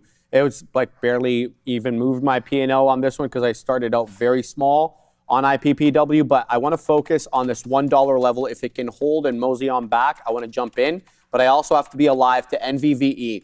Above in, I feel there's a 950 flat top break here starting to brew on NVDA. My problem is that this one is subject to bamboozlement. And we saw what happened with that 1050 break, so I'm a little worried here. And there's about $1 worth of range, 850 as support, 950 as resistance. So if I'm to trade this correctly, I'd have to be getting in, or wherever I get in, I'd have to give it to like 850. There it goes, Bovin, into 961. What does this one have for us, man? Watching, looking for the buyers to step in at key levels. I think the breakout is on. Watch out for the flush here. Seller at 80. You need to be alive to that. Looking for the move into 10. Joey, what do you got? Yeah, same thing, man. I like the momentum style play. And you know what we're looking for on these styles of trades in particular? Huge, the high of the day break. Volume really starting to support this move. Oh, wow. What a nice. 40-cent pullback. All right. You know what? Oh, my God. Bro. Wow. What a wick city on that one. Here it is, man. The way it is. You know what? We're going to just avoid this stuff. We're going to stick to what we got going on here with the Nazi and take it from there. Hopefully we can find some opportunities to add into this position. But, I mean, we're far gone from our entry point. I don't know if we're going to. Maybe it's just going to be one of those sessions where we have to accept the day for what it is. Straight BTA on this one, Blicky Spears. But we'll walk away. Maybe potentially. I know there's still some time left, but a light green. I want to hit the gym a little bit earlier today, so maybe we'll call it that. See ya. What's up? Microsoft, MSFT, the ticker's not reacting crazily right now, not making a move, but this might later, so I'm just going to mention it. Microsoft replacing OpenAI image models with its own models in PowerPoint and Bing. Just replacing OpenAI image models with its own models in PowerPoint and Bing, B-I-N-G. Not making a move right now. Nothing of uptick or a downtick that I've seen is down 2.4% on the day, but in case you want any reference to something happening later, that's it. Very much for that, Tia. Thanks for pointing that out. Hangy wife, let's actually pull up the chain and see what we got going on, Nazi. Oh my God, why do you always do that to me? All right, we could just do it like this here, and then we'll get everything sorted out momentarily.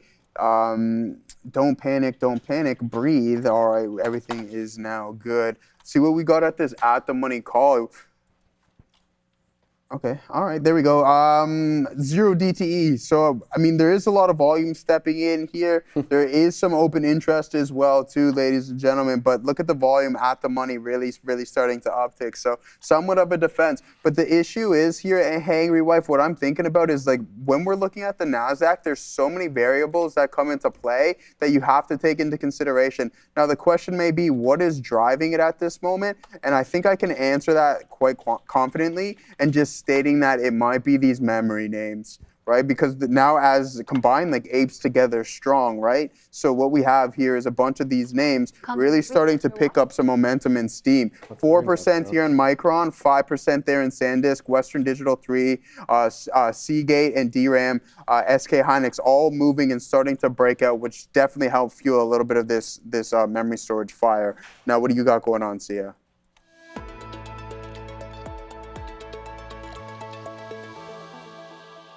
On by a percent. Let's take a dive into the market right away and send it to the guys as soon as possible. Electric tech, you have Nvidia down 1%, Apple down very close to 2%, holding that same, I would say, a little bit of a bearishness that's been there since earlier in the trading day. AVGO slipped further into its gains, down 1%. MU holding strong, up very close to 5%. We saw that a little bit of an uptick right now, not a little bit, quite an uptick right now. AMD down 1.3%. Intel reporting post-market after the bell. We're going to report it, hopefully, so please be here. INTC down 0.63%. You have Cisco on the upside, 0.74%. TXN has not been having the best day today, down almost 4% on the day. SNDK up 5.5%. RTX up 7.3%, holding that same bullishness from earlier in the day. Tech services, Google and Microsoft and Meta, all the three names are not having a good day today. All of them in the red, sliding further down. Google seems to have come back a little bit, but it's still down 6.3% on the day, with Oracle down close to 4%, Palantir down 2%. Netflix flat on the day, PANW down 3% right now. Finance, BRKB, JPM showing flatness on the sector, not reacting as much right now, whereas you have names like Visa, MasterCard, and Bank of America sliding a bit further towards the 1% mark. Bank of America is down 1%. MS down 1.6% with GS down almost 2% on the day. And you have retail trade where Amazon is inching closer to 4.5% mark, sliding down towards the day, with Walmart and Costco also being down on the day, and Home Depot, TJX sliding further than 1.5%. Health tech, there is strength across this sector. I'm seeing Lilly up, J&J is up, ABB is also in the green, ABBV is in the green, MRK from earlier in the day. J&J was a bit flat, currently it's making a bit of a reversal to the upside. It's up 8%, good look over there. TMO, DHR up over 5%, TMO almost 9% on the day, and DHR up 6.3%. Energy minerals, super strong strength in energy today with oil, Brent, WTI, USO, everything, with XOM, CVX down up over 2%. CVX is inching closer to 2% on the day.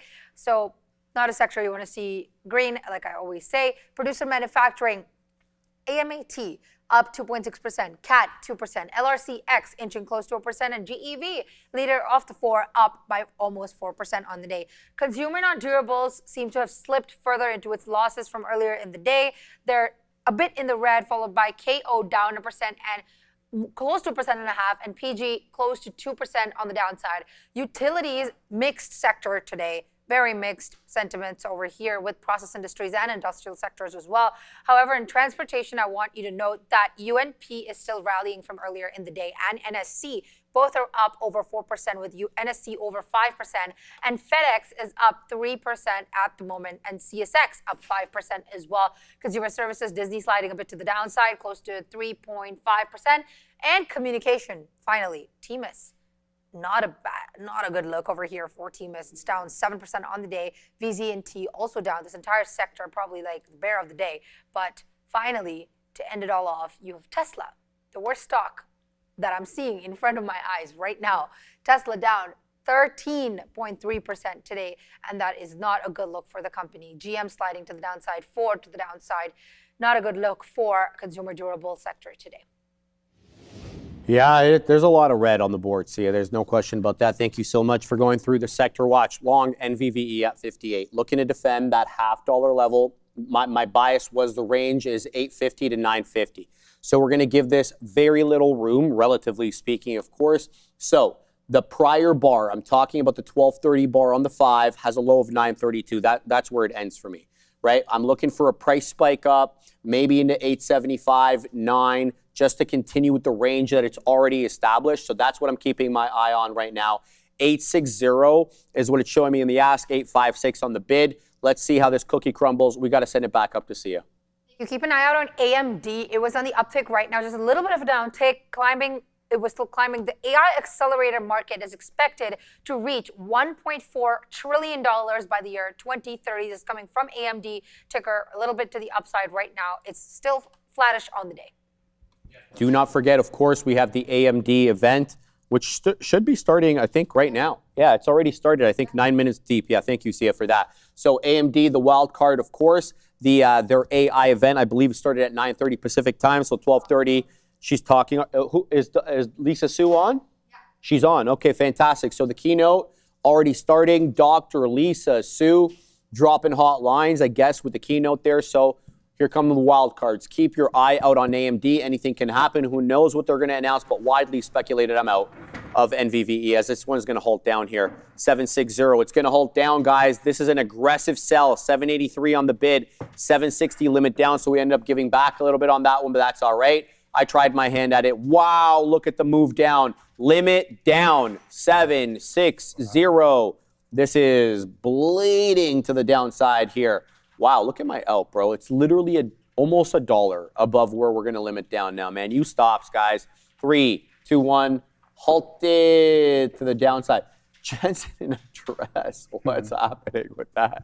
No, man, it's not. Milton. You know, Milton. You know that they're cousins, right? Like distant cousins, not like first cousins. But yeah, there's a lot of overlap there. They didn't even know that they were cousins, right? At some point, they had to meet just accidentally in the professional setting, and then they started talking, and they're like, "Oh, you're related to this person?" And you're like, "Oh my God, we're cousins." So that is kind of the look there. All right, guys, not much going on in small cap gapper world. Everything failing. Let's send it up to see you. Take a look at AMD falling a little bit here, even though AMD, Lisa Su, CEO, saying that AMD is seeing the data center CPU market hit $220 billion by the year 2030. There are comments coming in. She's speaking right now. If there's anything more, I will update you, and I will update you in some more time. I don't want to interrupt the guys. What? Well, look at it, and he keeps doing it. Look at this. That's crazy. Why is he doing that? What is he achieving on that? I don't know, bro. I don't know what the hell he's achieving. Maybe views? He's got 232,000 likes on this thing, man. My days, this guy's a nut job, bro. Yeah, well, literally. Yeah, I mean, we can pull up AMD and see what we got going on as Tesla starts to curl over here. I won't be trading it or anything along those lines. I don't know what it was. When it was a significantly cheaper stock is when I was definitely better at trading the name. But yeah, not too far off of the all-time highs. Like, talk about holding up well. Gets this dip right around this 460 marker. Excuse me, climbs in $100 higher at that point. You're only about 7% off the high. We're still sitting in this NASDAQ trade to see if there's going to be an add opportunity. I don't know if there is going to be at this point, especially with the memory storage names looking to break out and climb a little bit higher here, guys. 5% across the board for a lot of them, 2.75 for some of those names. I thought the financials would be a little bit stronger on a session like this. That's not necessarily the case, which I find slightly odd, but I guess it doesn't really matter what I think or what I find odd at that point because, hey, man, where's the money rotating to? Lockheed Martin? Like Lockheed Martin with a big breakout there, Sharif. Looks like a great hold area. Yeah, I mean, I mean, like that's look to the weekly on that's a solid setup there, if you ask me. Yeah, let me see it. Yeah. Oh. Yeah, bang. You know what I mean? So, yeah. Are you kidding me? You like LMT? I like that structure, my guy. Look at the area resistance and that little low area between the two peaks. Yeah, and look how it's holding that same area resistance. Now it's support a little bit lower, say around 500. I like that. Yeah, I like to look at that one. I know Ryan Cohen's got his eyes on this one. eBay. Wow. I mean, like. Don't look now, but Ryan Cohen could get that company, bro. I don't know, man. Bro, he said he's gonna get it. He said he's gonna do it one way or the other. Yeah. So it's either they sell it's gonna be a hostile takeover. Yeah. You know, unsolicited bids. Yeah. He said he has the cash. Yeah, he diluted. And he the diluted, share. So, right? So he's like, hey man, he might step in and just be like, yeah, I'm just gonna take over. he's going to the shareholders directly. Well, he said he doesn't want it to get to that. But Well, I don't think he's going to have a receptive board or management, to be quite honest with you. They look like they're pretty... Well, because they still haven't even said anything to him. Well, dude, look what he said. He's going to go in there, he's going to cut $2 billion. Like, some people are going to lose their jobs. Yeah. And Right they know away. that. They don't want him there, right? No, right away. They don't want him there, man. Straight away. He bought more shares. That's right, Taylor. Yeah. I think he has about 10% of the company now, give or take, right? Yeah. Fact check me, Chad. Am I wrong on that one? Does he have about 10? Right. I think that's the last number that I heard there. You were saying he's Canadian. He is right? Canadian. He's right? from Montreal, so there we go. Another. He doesn't talk like a Canadian, though. He's lost his Canadiana. Oh yeah. Yeah, I don't think he has. Yeah, I love his one-word answers though. Yeah. Just one-word answers, and then it's like, all right. Great guy, bro. Great guy. That CNBC interview will live in infamy. But he did a longer version lately on Bloomberg with that dude. And I think he was a little bit more forthcoming in some of the details. He talked a bit more strategy, but what he's actually going to accomplish if he picks it up. He just didn't want to be on CNBC, I don't think. Like, he just didn't want to feed into all of that. Dude, he played his part, right? He is the guy that elicits all the retail guys that don't like the suits, so to speak, right? You guys are screwing us, now we're going to screw you. He wants to be the poster boy for that generation. So he doesn't want to talk nice to the Josh Browns and the Becky Quicks. No, he doesn't care about Becky Quick. He don't speak nice to those kind of suits. What's our boy's name again? Which guy? The multicolored eyed guy, man. Multicolored eyed guy? Yeah. Andrew, the young guy on there. Why isn't his name coming to my mind? We talk about him all the time. Sorkin, yeah. Andrew Sorkin. I didn't even know he had... it's different colored eyes. I didn't know that. Yeah. That's crazy. I can't believe I've been watching him all these years. I had no idea. Venue 42, thank you very much, brother, for that. NVDA will trade on pink sheets from tomorrow. Will it open today, or are we stuck with this? Brother, how's it going to get to the pink sheets from tomorrow? I mean, it doesn't make its way down there that quickly. There has to be a notice, right? And then they have to, not keep their stock above $1 for some time. Look, it's up 31.25%. I see that it's halted down. I think that's a bit of an exaggeration. We'll see. I wouldn't say don't panic too quickly here. Keep your eye out on it. Now, will it open today, or are we stuck with this? No. Where are we in the halt here? Just before we go back to see it, let's see.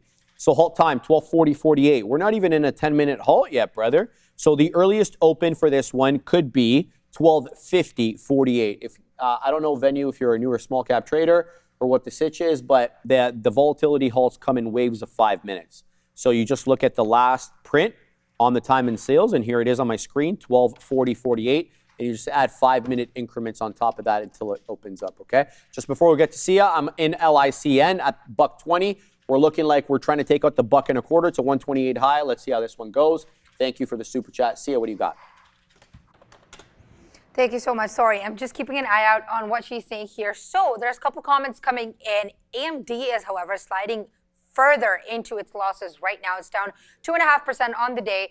CEO Lisa Su saying, we have never been in a better position to lead. The thing that I'm most proud of is that we have the deepest partnerships with companies that are building the future.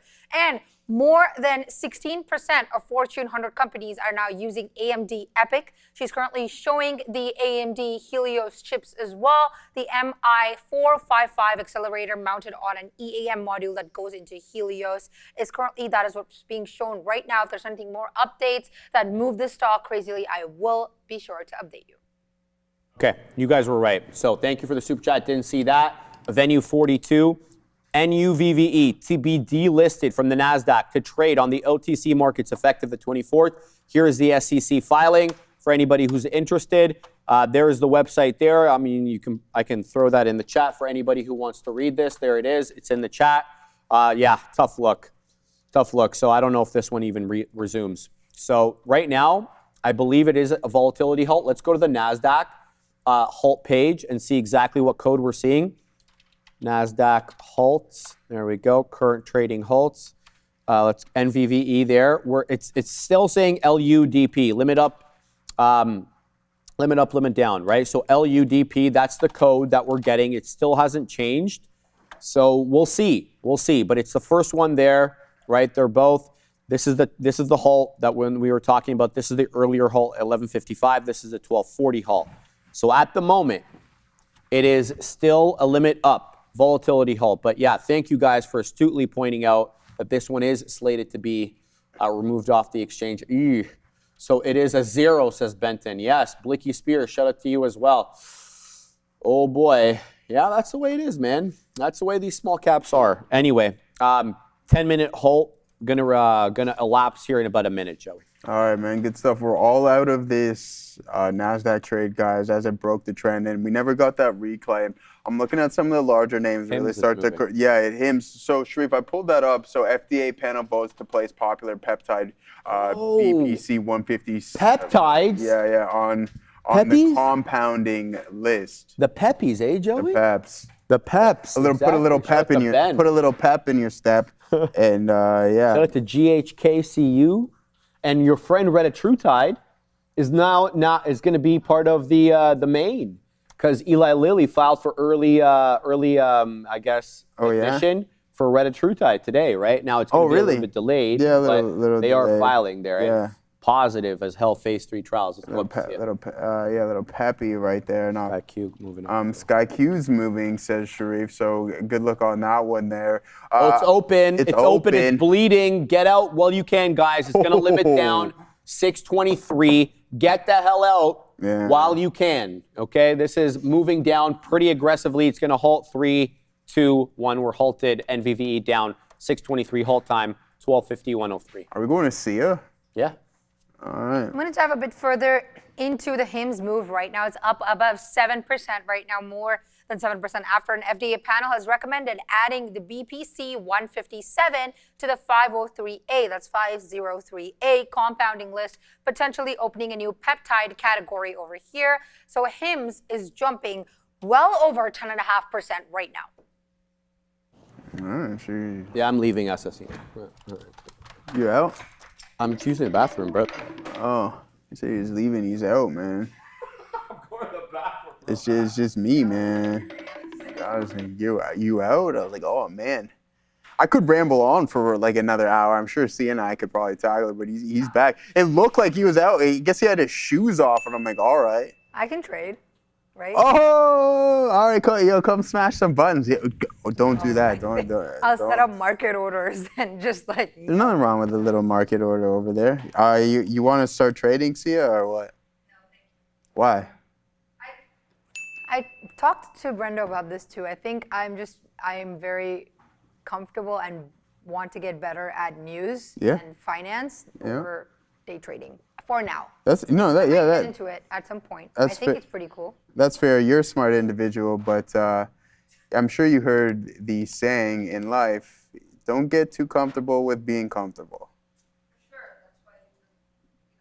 That's why you lift bigger weights. All right, I like that one, man. That's what you got to continuously do, is keep lifting those weights. No, just to honestly invest your money, I think is definitely, yeah, for sure. Invest it, don't necessarily, you don't have to if you don't want to anyways. Aside from that, because you get very comfortable is right. Send it over. Sorry about that. Sorry to interrupt you right now, but AMD conference right now. So CEO Lisa Su saying that Helios in full production shipments will be starting soon. And Lisa Su is currently also joined with CEO of Anthropic. So they are in talks. Any comments coming in, I will be letting you know. But AMD is sliding further into downside. Praying for Sharif. Hopefully, he hasn't eaten any American life. Can I not use the bathroom without conspiracy theories moving around, man? I know. Well, oh my days, dude. No, it's because you must have had your shoes off. Yeah, and then I you were always putting do, them bro. on. Like I don't like. That's why it's. Can I tell you something? This chair demolishes my shoes, bro. It scratches all of them up. I always was wondering what that funky smell was. Yeah, cute, buddy. All right, here we go. I need you to read a comment. Boom. Into LICN. Go ahead. Send it to me. I have to concentrate on this trade. But LICN taking out levels, baby. We're into 127. We've got some shares on this one. We're looking for a bigger move up into 128. 128, the high of the day. There's not really much in the way of anything holding up here except this one. I also want to mention as well SkyQ. This is starting to recover above the volume-weighted average price. So be careful with this one because, it's not that far above VWAP. 627 high. We're showing 57s right now on SKYQ. Sorry, I didn't throw in the ticker. There we go. Look for possible resistance here. Right, we're just like marginally above the $0.50. So keep your eye on this one. I'm keeping my eye on it, Joey. All right, good stuff, man. We're all out of this trade here. It hasn't been a horrible one on the Nasdaq. So I mean, look at the longs, guys. We're working on the 5-minute time frame right now. We'll zoom in a little bit. So we were fortunate enough to get this little scalp. But the real trade was all the way up north of the volume-weighted average price. Same thing with this, right? So, I mean, we take it again, and then you just have to wait for all of this selling to cool down, and then eventually some signals will display themselves, and it'll allow you to get into another trade. So there it is, bang, bang, bang, bang. And then once this trend line was officially broken, we just get out. So that was definitely a pretty good one for us here today. And I was posted up. I was thinking about getting involved with Tesla, but we only took this one. Sharif doing the Donald Trump right now. We only took this one trade on this name, right? Like it's down, it's still hovering around the lows, and I'm happy for that. Gaurav and I were fighting tooth and nail on this bad boy yesterday, and it just wasn't doing what we wanted it to do, and that's a really bad sign leading into earnings report. Then we had this one trade on NVDA, and we were fortunate enough to take a nice little scalp on that one. Only a partial fill on this bad boy, but then it did climb all the way up to 1050. So it is what it is, and we're not going to complain about it whatsoever. What's the W on that one? We're printing here, my boy. Yeah, we got 20 on, man. It showed me 34s here. We just put the peak at 35, Mr. Options, man. We're looking for 38s next. We added to this one a little bit larger than we took with other positions because we gave back some on NVDA. So we're trying to get back into the good graces of the P&L police. Crazy dirt weed. Yeah. LOL, that dance. Just a 1 second clip. Did you guys see the Spanish players when President Trump didn't want to get off the stage because he wanted to be with the Spanish team? Did you see some of the players? My man, Mikel Merino, of course, from Arsenal. He started doing the Trump dance there. He's like, get it, Donald. Right? Everybody loves the Trump dance. You don't even have to actually like Donald Trump to like the Trump dance. It's just funny on its own. So funny, bro. All right, man. All right, we're holding here, Joey, at 1 1/3. Look, this one, if it comes back into 1 1/4, I'm going to have decisions to make here, whether to get out or add, because we did have a lot of resistance at 1 1/4 once, twice. OB, he is the one thrice. So if it does drop back a little bit here, I'm going to have to decide whether I want to pick some up.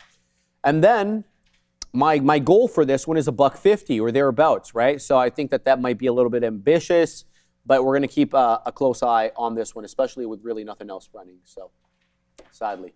What is the AMD news, says LPK? They have an AI event that is currently happening now.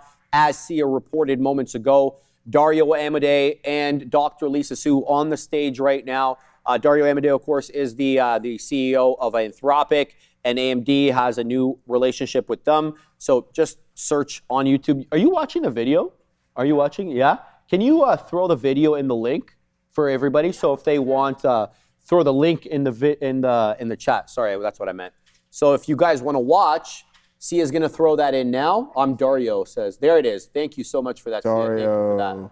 There it is. So let's bring that up over here, Joey. Yeah. We're going to be watching, too. We want to see Mr. Amodei. I'm gonna watch it this evening when I can actually just like fully concentrate. Yeah, we're gonna click live right there. There's Dr. Lisa Su. Just show quick Assassino and then we can take it off. Yeah, Dr. Lisa Su. She's wearing blue, Joey. I feel that's her go-to get-up. That is her go-to, my guy. Yeah. Shout out to her, man. That blue jacket, it's so becoming. Whoa. Right? Yeah. Send it to Sia. For sure. See ya. All right, so keep an eye out. AMD climbing, trying to make a reversal from the losses that it has made right now. Expected to launch next generation of AI infrastructure to challenge Nvidia. We don't know when the date of this expected launch or series is, but for now, also this coming in from a couple sources saying 160-pound AMD compute tray was just showed on display right now, and quote unquote, Lisa Su saying that's what it takes to run agentic AI in the real world. Thank you for that. Thank you for that, Sia. All right, yeah, Sky. Oh, that's Sky NY. No, we don't want that. Sky Q. We're gonna take a look at that. Yeah, Trap Man, nice work. What we do, what we are going to do is pull up for top VoIP. Who always asks very kindly and the highly positive individual. Oh, okay, I see what you got going on here, Shreve. Yeah, might get going here. I mean, a nice curl over. We might be able to find a opportunity on this on this bad boy here today. Now let's pull up Carvana for top VoIP. We got Big Mike in the chat here. MPD, yeah, MPD. Big Spile really liked that thing that you made me send him yesterday. He said it made him chuckle. Yeah. He had been having a tough day at work, and when you sent him that, he just collapsed laughing. So he told me he didn't say that, but I'm assuming you know, I can imply that he did. We can both pretend. Yeah, ask him for me if he missed me, because I miss him. All right, what was I about to post? CVNA. Yeah, I miss getting made fun of. And of course, right? Who doesn't, right? But no, here we can pull up the options chain on this bad boy. Fabian working away back there. We like that one. What's going on over there, Fabian? He's got a lot going on, man. Hey, man, listen, Fabian, never mind. I'll talk to you later. What was I about to pull up? CVNA? I know it was Fabian. That was probably on my computer playing around with the audio yesterday. I'm almost certain. No, I know who it was. Was it Ram? No. I can't narc, man. We don't. It was Tiffany, wasn't it? No, it wasn't. It can't be Assassino. It might have been, because he's not. Well, then I can't do anything about it. Exactly, but that's what I was getting at. So you can't really do anything there. Let's pull up the actual underlying and see what we got going on. Yeah, this floor is gonna break. This floor is gonna break in Carvana, in my opinion, at some point, right? Like we're just holding up on this shelf here. And I think it's only a matter of time. Like another like a bad report or something steps in where the street isn't going to take it right. It's just boom all the way to the downside there on Carvana. In my opinion, options chain isn't going to tell us that much because why? It's not the most liquid of names. We can go further out, but it's just like, okay, what are we even looking at here? Some individuals can really, really grab a hold of all this stuff over there. So yeah, I mean, aside from that, CVNA. I do believe that there is going to be more downside within this name in particular. There goes Sky Q. I'm with you. I'm with you. I'm not in it. Yeah, yeah. I know you're rugged. Dry snitching says Joe. Man, hey man, I'll rat you out, man. This guy doesn't rat out anybody. Like that's his thing. Yeah, that's what I think. I would say, but see, that's why I can joke about it because I'm actually not gonna say anything. It might have been Ram. It might have been Sia. Or it might have been Neil. I don't know who it was. Neil. Yeah, exactly. Neil? So here it is. Sky Q up 39%. We like the look of this one's jib. Don't snitch, says Lewis. Yeah, well, let's see when the going gets tough. Let's see how many of you really, really keep your mouth shut. But anyways, there it is. Sky Q looking pretty good, man. Hold on. Exactly what's happening? I got stopped out of LIC and it just failed 114, so I had to get out of that. Whoa, it's going to limit down, man. 102 limit down. Be careful, guys. LICN bleeding its own blood, so we'll give back 5 pennies per share there, but we did well on this one. But whoa, what a move down here on LICN. We're involved in Sky Q. We're looking for this one to mosey on back to 6. But I got to tell you, HIMS looking real good right now, man. HIMS on what, the New York? Oh. It trades on the New York? HIMS is New York, bro? Yeah, bro. I didn't know that, man. I barely trade anything that's not small caps, right? So kind of a bull flag right now on HIMS. I want to mention that the prior bar low is right around that kind of, geez Louise, right around, what is that bar low there? 34.92. Current bar low, 34.99. Sky Q is coming back down here. I'm worried about topping tails and a fail back to VWAP, so I have to keep an eye out on this one before I enter a trade on HIMS. But HIMS looks really good, man. 35.70 high. How are we going to square this circle here? All right. I'm going to think about this one for a second. Let's send you to see you. Important comment coming in here. So you remember, like I just said a couple moments ago, how Helios will be starting shipments. AMD will be starting shipments for Helios soon. Now there's a timeline for it as well. So Helios is already in full production with shipments beginning at the end of the third quarter and ramping through fourth quarter. AMD has officially unveiled Helios at its event, its MI450 powered AI system, which CEO Lisa Su is calling, quote unquote, the most powerful rack scale AI infrastructure. All right. Yeah, thank you very much for that, Sia. And I actually, I know I said I wouldn't trade this. Guys, be careful. If we're going to be trading AMDL, you really want to be cautious of the spread. Just due to the fact that it can get pretty ugly at times. Let's see if these volume spikes hold for us, or we're just gonna stair step a little bit lower. All right. So I mean, I know I said I wasn't gonna trade it, but we'll keep our eyes on it because some of the volume and volatility kicking in. I do like the look of this one. All right, guys. So there's SkyQ still hovering around. Maybe we get a pullback or we go and break through this $5.80 marker. I mean, I am looking at it, but am I eager to get involved? Not necessarily. I think we're just gonna end up walking away with the session that we've had today. I mean, it's been an all right one on the Qs. We had this scalp on NVDA, and our only loss of the session was on Tesla. So Tesla not living up to, well, I mean, it's got hit pretty heavy. I shouldn't say living up to its name, but yeah, I mean, 13% to the downside is never fun for shareholders. And yeah, it's unfortunate. Or something too. Yeah, man, go ahead. Great question from Mike. Mike Lieb, 1966. Oh, hello. No, I was just saying somebody in the chat. Because Michael. That's why. I was like, why is he looking at me? Said that to my man Michael. So what happens if NVVE doesn't reopen for some reason and you were short? Well, your short position moves on. So you can still buy shares on the OTC exchange to close your position. So that's kind of how it works. But the problem is liquidity can be extremely low. The spreads can be very wide. And the kind of hard to borrow fees are charged by your broker. They change significantly. But in this case, you don't have to borrow anything because you're going to be buying to cover. So it moves with your position. That's the point that I wanted to make. But if it remains indefinitely halted, you cannot buy or sell shares, obviously, right? Until the halt is lifted or the security is kind of formally liquidated or canceled. So I'm just looking at my chart on the top there. Your position will stay open if it remains indefinitely halted. You have to pay continually. You're going to continue to pay your borrowing fees, right? If you pay to borrow them, if they weren't free to short. So that's a bit of a problem there. And your margin account kind of will lock up the collateral required until the position is liquidated and trading resumes. So you got to be careful with that, okay? This is a very, very unique situation. Typically, we don't have, things being delisted the day they're gapping up like 40, 50%. But hey, it happened today. I hope you're okay with that. I hope, nothing offside. Let me know how it goes. Anything else I can do or any other questions about that? Great question, by the way. I'm assuming a lot of other people had it. And just good information to know, man. So shout out to you, brother. I hope you do well on the trade. Continuing to hold SkyQ here. I'm going to try to add into this position for a move back above 3.25. That gives me a bit of a better cost basis there. How's it going on the other side, Randy? Beautiful. It's beautiful, eh? You guys got the desks, the floor is glazed, and it looks fantastic. The boys were playing RC cars yesterday, man. Randy brought his RC car from home, and it's still here, and they were killing it over there. If you don't know what we're talking about, it's our racetrack. We got a big office on the other side. So this is the studio, but there's multiple parts of the office. The other side, just like this side, got renovated. And so, there's no furniture. So it's like open season. So the boys, they're having a good time. Shout out to the boys. We built a little Nürburgring ring. They built a little Nürburgring. I love it, man. I don't love the price action on SkyQ though, Sia.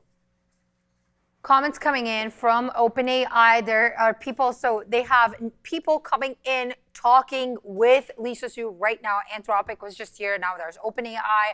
So OpenAI is expecting to deploy AMD Helios at a massive scale. They're working together on the same. Currently, AMD still down on the day, 3.8%. Luis. What's he saying? Yes, man. I got a message from Luis. Oh, there goes SkyQ. Yeah, for sure. I'm just going to message him. Go ahead, yeah, Joey. do your thing. Yeah, I know I'm printing on it. My bad. Sorry, man. Yeah, well, look, Joey. We got 572, prints up to 80. Watch out, man. You're at 72. It's pulling back here now. This guy, bro. Yeah, there it is. Yeah, I mean, listen, guys. I think it's been a pretty good one across the board. You see, Katina Man had. Katina Man had it might halt here, man.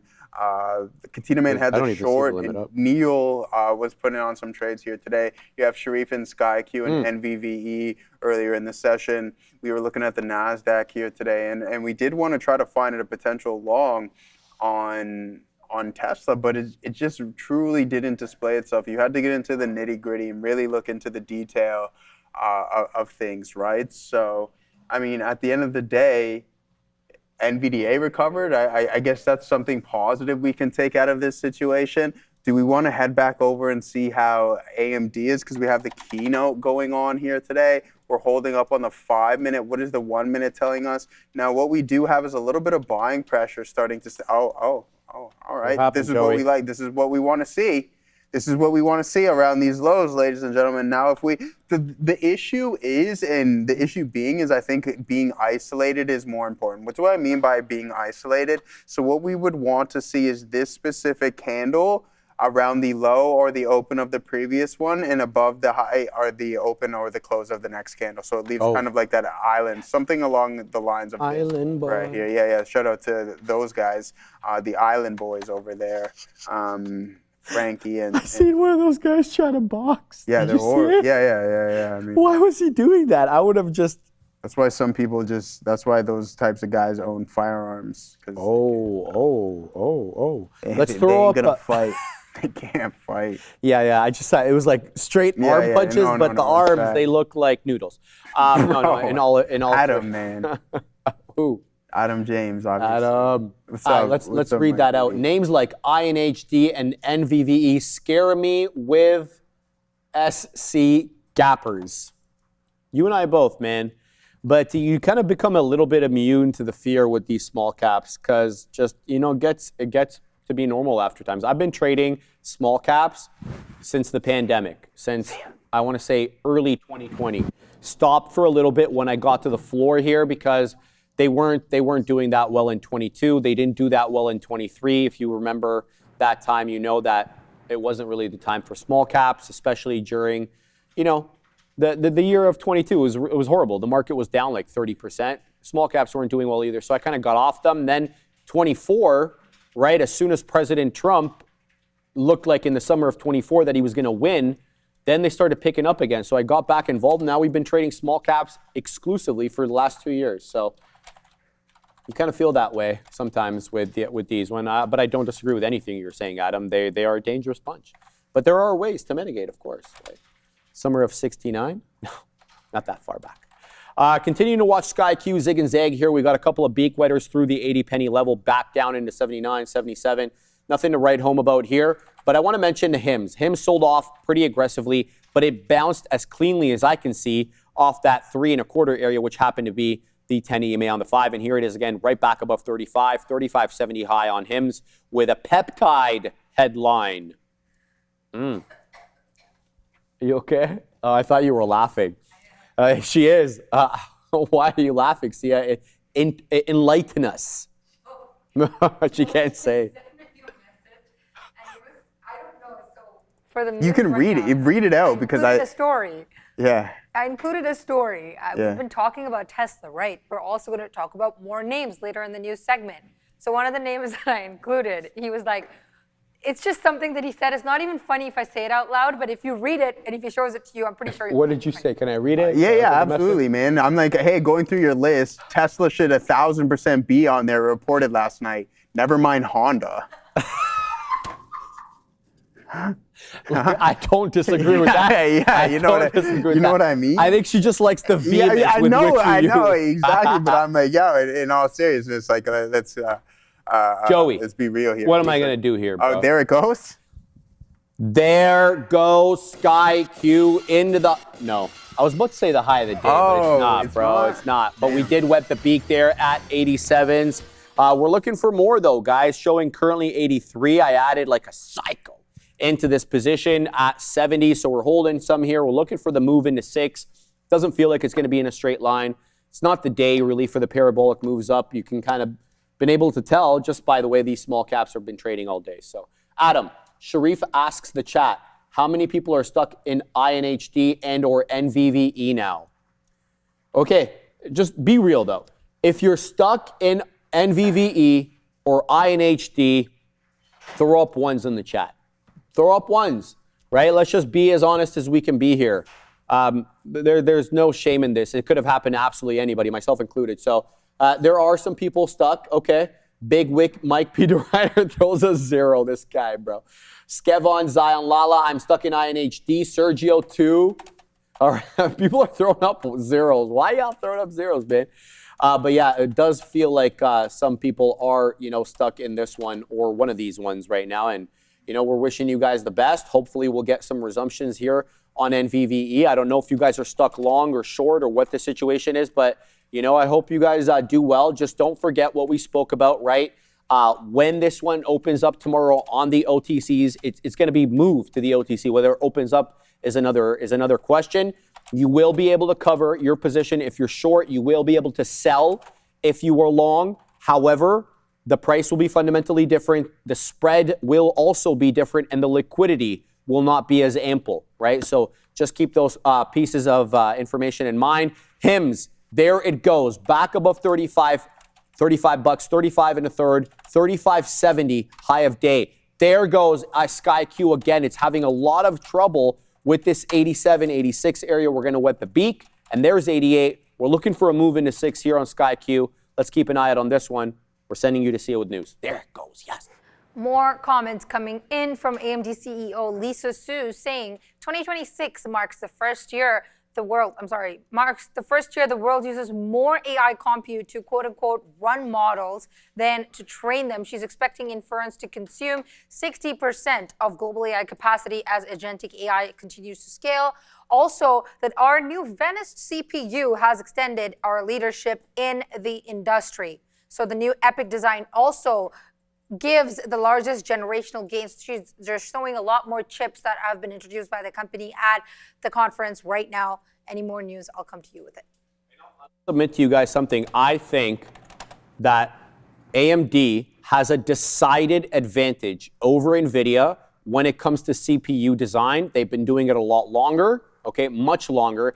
And you're probably wondering, well, why do you care about CPUs? They're not in vogue anymore. Well, they are, right? Ever since we've shifted from these sort of chatbot LLMs into agentic AI, CPUs have a bigger part to play. So CPUs all of a sudden back in focus here, and as important, I don't want to say as important, but equally, maybe a little bit less, than GPUs. So I think that that's where AMD certainly has an advantage over, NVIDIA, which I'm not saying their CPU is bad or anything like that, but think about the experience. Think about the amount of iterations that they've had creating CPUs, EPIC, all the other things that they've made. So that's my little spiel there. But continuing to watch SkyQ, Joey, we're doing well here. I think current bar high is right around 6, give or take, 596 high a day. We're showing 94 now. I put a couple of liquidity testers south of 6 and north of 6. And there it goes, options man, into 6, showing 599s. Let's see if we can get north of 6 here. So pack in the patience, looking for a bigger move up here on SkyQ. Good stuff. All right, yeah, bravely, we apologize. What's up, Reds? Thank you very much for that one. You know what, we will pay some focus. Now, listen, NVDA Outlook, who's asking that one? The one IT dude. What's up, IT dude?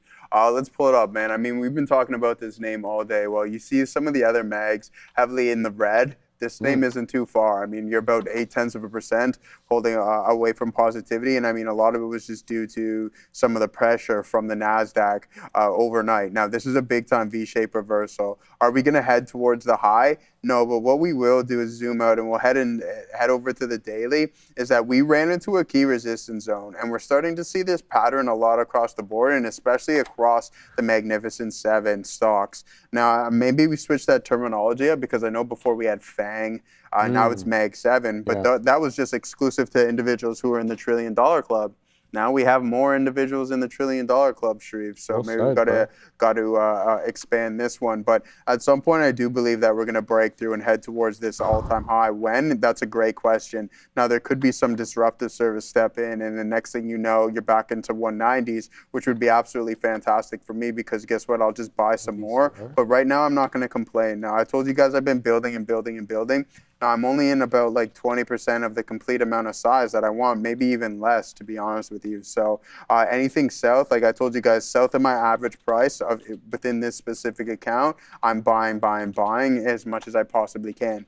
Now, money, unfortunately, doesn't grow on trees around here, so you have to be patient and allow things to come to you, and then you be really precise with your entries. But I think NVDA is on a trajectory where it can break through some key levels and definitely head up into this $236 marker. So yeah, there's your NVDA lookout. I'm forever bullish. Listen, it may seem like the sky is falling here today with Google down 7%. Cool, guess what? I'm going to buy a little bit more. That's why we started. I've been faked out by noise on multiple occasions, but now just getting more thorough and just going through some of the reports, it's just like these guys, which we'll get into momentarily here, have... I don't want to give away my points, right? It's not like I'm giving away. I don't want to go over them on multiple occasions, but there's a lot positive going for Google. Tesla will remain forward-looking, but something that we've been kind of forward-looking with for so long within this name is actually starting to come to fruition, right? Like we're going to start some mega, you're going to see amping up of the Cybercab and the first generation Optimus. Now, I don't think that Optimus is going to do that well, in my opinion, but I think the Cybercab is absolutely game-changing and structural change within people's day-to-day operations. Now, we can actually, I think that's a really good poll for us to set up right now. Will you be, are you interested in autonomous, would you use autonomous vehicles to get to work every day? I think that's a great question because I'm stood on the point of, hey, people who have an hour-plus commute, if they can use FSD or autonomy to get into and from work every day, I believe they're going to take advantage of it. That's where I stand personally. Adam James says burn them all, which is, that's also okay. Dude, if you know what, you know what with Adam James, this guy, how do you get from country to country? I'm assuming he flies. Yeah, all right. So that's a lot of fuel right there, Adam. So I don't know what's up with that one, my brother. It's like Trudeau. He's like Trudeau. Yeah, he banned all the single-use plastics, and then him and his friend Katy Perry there were having a red cup. How come we can't have red cups up here, Trudy? Right? So there's the look. All right, I just have to cover a couple of things. Grunfeld, great information, Grunfeld. I have to tell you guys this, okay? D-lists will become more often. Yesterday, the SEC approved NASDAQ rule change that mandates the immediate suspension and fast-track D-lists any company whose total market value is below 5 mil. Checked. Yes. On July 22nd, 26, the SEC officially approved NASDAQ proposed rule change. Here's what the new rule actually does and why it will cause delistings to speed up dramatically. 1. The threshold. Companies across the NASDAQ's global select, global market, and capital markets must maintain a minimum market value of listed securities, MVLS, of at least 5 million. What's the trigger?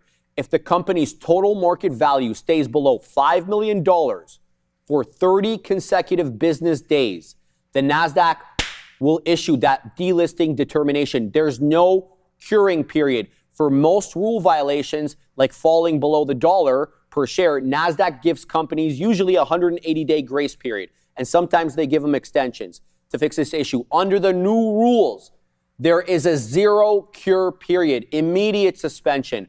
Once the 30 days are hit, the NASDAQ will immediately suspend trading on a fast-track delisting. Dang. Appeals do not stop the halt. Even if a company appeals the NASDAQ's hearing panel, the stock will not stay trading on the NASDAQ during the appeal. It gets dumped to the OTC, the pink sheets, immediately while the review plays out. Dang, man. Dang. Yeah, no, that's going to change small cap trading, man. Because if you've been on their you know what list for 30 straight days, Like, and then today, like NVDA, that's day 30. Yeah. You stay the hell away from this thing, dude. Yeah. Are you kidding me? Yeah, You can get caught in a halt and you may not be able to get out. For sure. Yeah. For sure. So, schmack. Thank you so much, Grunfeld, for that, brother. That you guys are shouting me out. Shout out Grunfeld there, man. He's the one that gave me that information. So shout out to him. Thank you for that, Grunny. That is brutal, man. It is brutal. It makes it small cap trading, especially, you know, on day 30 or close to, a little bit more risky. So it is what it is, man. Shout out to Yannick. He likes the rule. Shout out to my man Yannick there. Guys, HIMS got into another high day. Couldn't call that out, but okay, Adam, I'm just going to send it to you in a DM, brother, because it has to do with the delisting rules on the NASDAQ. I'm just going to copy and paste it and DM it to you. You should probably read this because you're a small cap trader. You got to keep an eye on this. So HIMS, TIFF, does look pretty good here. 35.85 high. We're showing 35.45 right now, so about 40 pennies off the day high. It's got a great bull flag kind of pattern here with some higher lows. The only bamboozling candle was the 105 candle, and it held the 10 EMA like a glove and then proceeded to make another move back up. So HIMS in focus. I got out of SkyQ because it came back into my entry, but it feels like it might hold up here. Sorry, charts are freaking out. Yeah, the charts are crashing out, Tiff. There's nothing I can do about that. But that is the look. So I'm going to keep my eye here on SkyQ at 580, but I really don't have anything else. Maybe NVCR. You guys astutely pointed this one out, but it is trading a little bit. Oh, wow, this one's going to crash out too? Yeah, the charts have their days, man, when, yeah, they're both crashing out. Look at that. I'm getting blank screens on both ones on the bottom left. Let's load up NVCR on a trading screen here. Get a gander of what the price action is now that my charts are no good. What do we got? We got a wide spread here, man. 7 pennies, 17 on the bid, 24 on the ask, but we do have resistance at 20. This one could absolutely rocket up. I'd be looking for a 20 drop and hold. But if it loses 20, I'd get the hell out, right? So keep your eye here, there. Oh, Katina, man, come in with that lunch, bro. Show everybody, show the people what we got. The Katina man's got the lunch. Salad. You took Brendo's salad. Oh, let me get fajitas. Ooh, we got corn. You got chicken on there. Some mixed veggies. There's your salad right there. Let me get some of that, man. This guy's trying to take his food, bro. My goodness. Oh. Well, guess what, Katina man? You know where it is. You know where it's at, Katina man? You're $4 and change in the money, my guy. Oh. Because it's at 210 right now. Katina man long 206 on NVDA. Keep your eye on that, guys. Rule change for the NASDAQ, eh? Yeah. Did you know about this? Small caps are going to get delisted immediately. They should, yeah. Yeah, I'm going to send you guys. This is very interesting. Yeah. Did you know about this, Neil? Because I didn't know about it. It's from the 22nd. So, no, I'm not, brother. Look, if 5 million market cap, if it drops below 5 million market cap for 30 days, you're off on day 30. There's no grace period whatsoever. Yeah, so it's interesting because we have one that's fitting that profile today, Katina, man. It's NVDA. It's halted down. It's going on the OTCs tomorrow, and people are panicking.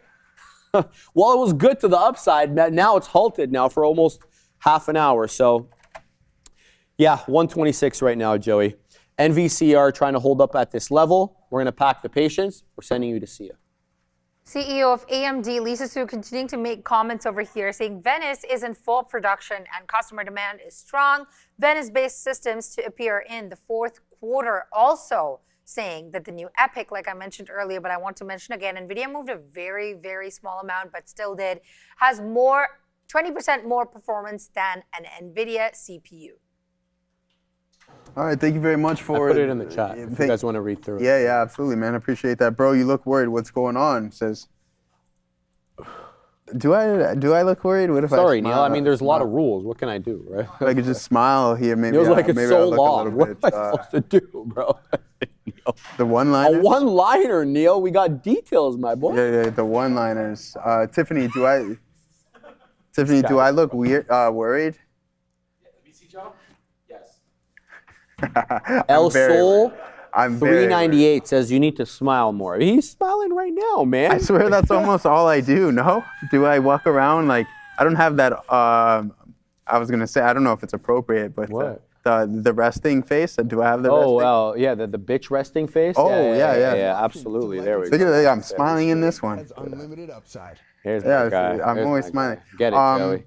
Yeah, I was going to say something, but anyways, we forgot about that. Let's head right back into the good old stock market. I feel like I'm always giggling and like laughing. I think you're a pretty upbeat guy. Yeah, unless it's one of those days. It's one of, yeah. And I can detect it immediately. A few are far between, but I try to laugh some things. But see, the thing is, I'm laughing, but deep down inside, you don't know how much pain I truly am because I'm in because my long-term portfolio. But anyway, that's all you can do is laugh it off, man. OpenAI infrastructure chief. They plan to work with AMD on the MI500. Oh my days. OpenAI obtained AMD Helios GPU racks 3 months ago. Altman, no, sorry, see, I didn't mean to steal the thunder there, but I just saw it coming in. So interesting take there, Joey. Yeah, thanks, Laugh Forge. I appreciate it. Yeah. Why is that funny? But yeah, I appreciate all you guys, man. Yeah, that's exactly what's going on. Yeah, OpenAI, man, it may never go public. You never know. Let them go public. I'd like for them to go public, so people can short the hell out of them. You and I had this conversation. Yeah. I think the narrative changes. Like, Sam Altman's been ousted once before. If things get really ugly, which they are pretty ugly right now, with him in regards, that is, then who knows? He might happen to get kicked off once again if the board votes him off. Yeah, and I don't think he's going to have as many people come to his aid this time. We know Satya put his foot down last time. Satya was like the kind of the veto. Yeah. As soon as he heard that Altman had been kind of booted, Satya got involved. And I don't think he has the same relationship with Satya that he did in 23. Does he have the same relationship with anybody who he struck deals with that he did a year and a half ago, 2 years ago? Well, my man, the dude is, I don't want to repeat Elon. Scam Altman. Yeah, like, the amount of people who distrust him, I feel, is markedly higher than the amount of people who speak well and who say, yeah, we can kind of rest easy when Sam's around. Yeah, I mean, hey, man, it is. I'm not a big fan of his. I'm not a big fan of OpenAI anymore. I'm just not, right? Their model is not superior. The model is constantly making mistakes, both in formatting, in summary style, in information. I'm not saying AIs are perfect. They're not. They're not. But his, if you want to be that frontier. Well, he is frontier. Is he, though? Dude, come on, man. He's got almost 1 billion monthly active users. I'm not disagreeing with that. The numbers are what they are. They are, argue, man. But I'm just not saying. I'm saying it's not as good as the others. Yeah, I think Claude from a MAU standpoint, your boy Sundar also doing pretty. Yeah, they got a couple of delays, but that's okay. Yeah, but right? I think that's light work, bro. Did you see 950 million monthly active users? You're creeping in on OpenAI numbers. Like, it's neck and neck, dude. Yeah, and they don't have, they have the enterprise, which OpenAI doesn't. And we know what B2B margins are. They're a lot better than B2C. Eduardo! I love this guy, bro.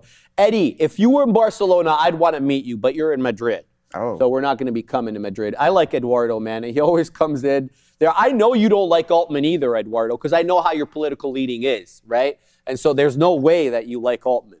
So I think we fall on the same side here. Am I right, Eddie? Let me know, brother.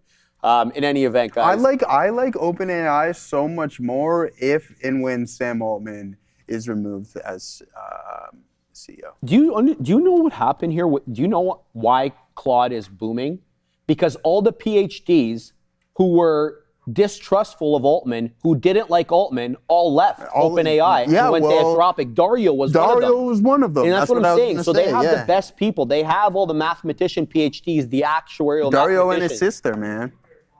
Or one of them. So. And why do you see? That's what I'm saying, right? So he's not for me, and neither is OpenAI. But Anthropic comes to market, we're punching. But that's the thing, Joey. Like, you and I have often talked about this as well. The speed with which, the leading model, like you're in the lead today, I'm in the lead tomorrow, it changes a lot, man. Of course, right? man. We've been saying that for sure. I mean, I think at some point you're going to see Anthropic. If it's not already at the top of the list, it just doesn't have the consumer base for B2C. Well said, man. B2C what OpenAI has, but I do believe at some point it will be able to gain some ground. See ya. Oh, sorry about that. Uptick on CBRS, Cerebras. Lisa Su, who is the CEO of AMD, currently being joined by co-founder of Cerebras Systems. Right now, we're going to also take a look at how CBRS on the rise right now. We're going to take a look also at how AMD is doing at the moment. Not the best look here, but still trying to keep that momentum and still trying to make a reverse from all the losses that it has been making since Lisa Su started her conference this afternoon. Yep, shout out to Dr. Lisa Su, get it? She's wearing blue, by the way, guys. You know, she's got that blue jacket on again, so it's a good day. Madrid right now is like an oven working on full force. Barcelona has the sea and the nice coast 1 hour away, too. Yeah, shout out to my man Eduardo, man. Eduardo, are you a Madridista? Did I say that right, Assassino, or did I throw in another syllable? I don't know, but you're close. Madrileño in Portuguese. That's Portuguese, though. No, I think, you know, if he's from Madrid, he's either an Atletico fan or he's a Madrid fan. Or if you like soccer at all, perfect. Somebody said, okay, good. I said it right, Joe. But that's... Who's our guy, Lamine? Yeah, he plays for Barca. He plays for Barca, yeah, of course, Barca, brother, yeah.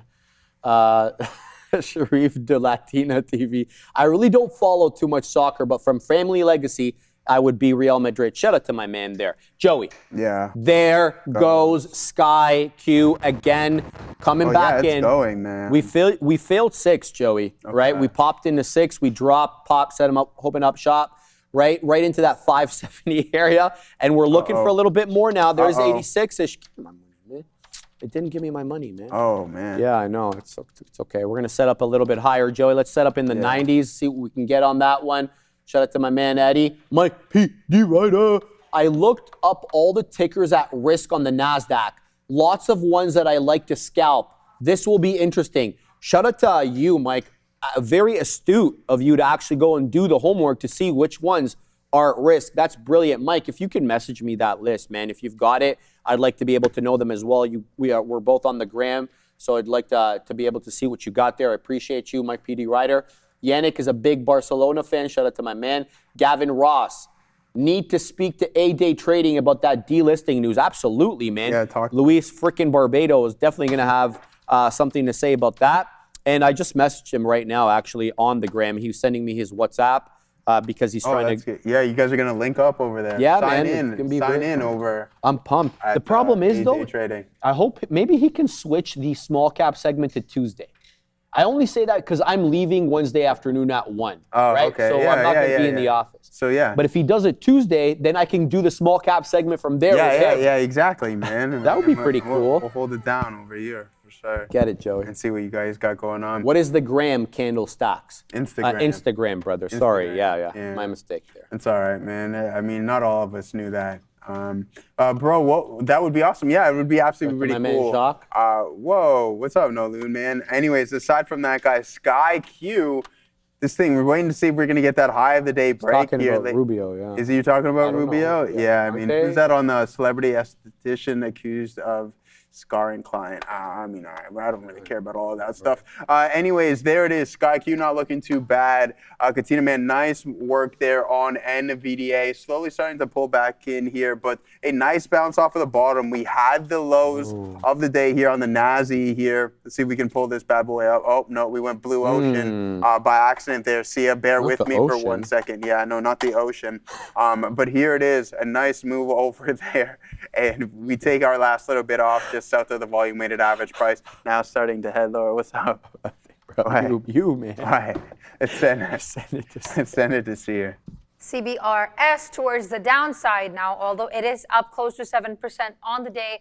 Lisa Su saying that the company is collaborating with chip signer Cerebras to provide speedy inference through Cerebras cloud service. CBRS up on the day 7%, but there is a bit of a downtick on the stock right now. HIM's actually sold off because I was thinking about a potential fade. It's holding 10 EMA right at 35, Joey, but it is 4 red candles in a row now. Oh, okay. Yeah, I see what we got going on here. There is somewhat of a shelf starting to be established. Now, you want to try to get as close to the high of the day as you possibly can. If you can't, I mean, over here at 35.87, you play that $36 break. If it snaps that, then you just get out of dodge. But there could be a good opportunity to go short there. And what is it, CRBS? Is that Cerebras? Yeah, or CBRS. CBRS. Yeah, there goes. There goes HIMS to the downside. Cerebras, or whatever you would like to call it here, pulling back off that 235 down to 222 level. So yeah, I mean, man, hey. A couple of names turned around, but it looks like we're going to have some form of continuation to the southeast here. There goes Tesla right back towards the low of the day. A curl over here in the NASDAQ. And let's see if we get that bounce here on NVDA. Snowman, Adara has the day off today. She's got the day off tomorrow. She'll be back on Monday. Shout out to the Snowman. There goes SkyQ into 595. We're long 75. We're looking for 6s now. Let's see if the Q can hold up here. God knows there's not much at all in the world of small cap gappers today. So let's see if this one has got the juice to take out 6, man. So we just got the beak wet there at 97s. Good look here on SkyQ. I mean, there is NVCR. I was about to get into that one. Then I saw it fail 20, so that completely changed. But I'm going to keep my eye here on SkyQ. I do like this 570 shelf. We've been long at 570 multiple times simply because it just keeps holding up there, right? And so long as it does, so long as I'll get in. HIMS is failing, by the way. HIMS looks like it's headed to 34. Volume weighted average price on HIMS is at 33.80-ish, showing 34.45 right now. It's a bad breakdown here on HIMS as it loses trend. There's this doji candle at 105, the low of which is 34.27. Let's see if it holds up there. It's at 34.30 right now. So a lot of blood in the streets. And there goes SkyQ options, man, through $6. Let's set up at 605. Let's see if the liquidity will let me to get that print. What's going on over there, Katina, man? Oh, that was me, man. That was me on the siren for you there. Get it, Joey. Yeah, let's see if we get this break, man. We want to see. We're going to do the exact same thing that we've been doing over the past couple of days on SkyQ. Let's see if we're fortunate enough to kind of execute how we want to. What we really need is to see the volume and the momentum pick up in the tape. And I'm not seeing it right now. Oh, there it goes, there it goes, there it goes. Oh, what a horrible. Come on, SkyQ. Give me the fur, baby fur. What is that nonsense? What happened, for what Joey? it is. I was posted up at 6. Give me my money. And it didn't give me the fill there. Now up to 611. So it is what it is, man. We'll accept it. We missed out on that one. I'm glad Sharif got to participate in that one. What's Katina, man? What are you saying over there, bro? I love Katina, man, bro. When he gets back, he makes me chuckle, man. He's always making me chuckle. But anyways, I confirm Joe is not happy as normal, Joe. I hope all is good, Joe. Man, he's fine, man. Oh, what's going on over there, Katina, man? What do you got on the grill, brother? Oh, no. Grill. Did you burn your eyebrows there, man? Like, I'm pretty sure you would have got cinched there, Katina, man. What's that, Sia? We were waiting for you to tell us. We were waiting for you. Yeah, we thought you were covering the AMD thing. That's why. Yeah, okay. All right. There's 20 minutes. Are we going to do it? No, man. We're just going to trade here. Yeah, we'll hold Okay, let's talk a couple of names here. I actually want to talk Google and I want to talk Tesla. Joe needs time off. Maybe what is happening up there? Why is everyone hating on Joe? He hasn't done anything. Guys, SkyQ high a day, 612. Let's go, SkyQ, man. A bid came in there pretty aggressively, Joey, right around $6. But it's still below the high of the day right now. So I'm going printless here. Above 6, well, I took a print above 6, but the next print there, we're looking for 15s, then we're looking for 20s, no continuation, right? I didn't think that this was going to be a beeline above 6, you know what I mean? Because, well, that's just, it's not the day today for the small cappers in that way. We'll see if this one wants to change its tune, perhaps change a little bit here. 34 being held at the moment on HIMS. So that one, someone was hilarious in the chat. Did you see? HIMS went, Did it? Yeah, think about what HIMS sells and then think about what adjective you could use. Blue chew? Yeah, exactly. I can't say it, Neil. I can't do it. We got to go to hold on. I got to give a couple of shout outs here before we do, man. All love. Snowman. Is that 1017? Brr. All right, Snowman. Ozan, we love you too, Ozan. Yeah, Ask Ozan's Liquidity. sick, Who else? I don't want to miss anybody, man, because that's what we need. Rav, I know that's what you were getting at there. And Fur CC, what's up, everyone? GG Duckies. Shout out to everyone. Joe Alpha 4 official. Yeah, nice move there on SkyQ there, Sharif, as you're holding on 575. That's a nice little move right there. Go Canada for sure. See it, what do you have?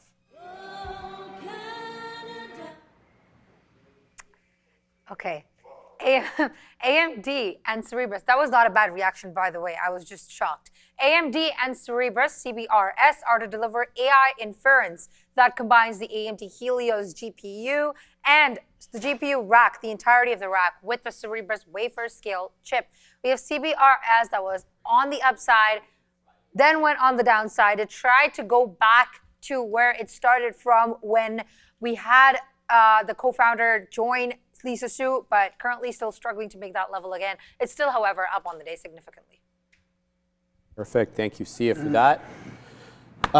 Yes. Did you go through your watch list to see what's strong and what's weak? Should we do a little bit of that? Yeah, we can roll it back, man. We can roll it back. Thanks. I appreciate that, Jam. So no Mag 7s are green today. All of them are red, without exception. I mean, Nvidia's, up 0.07 since the bell rang, but down 1 1/4 on the day. SpaceX green.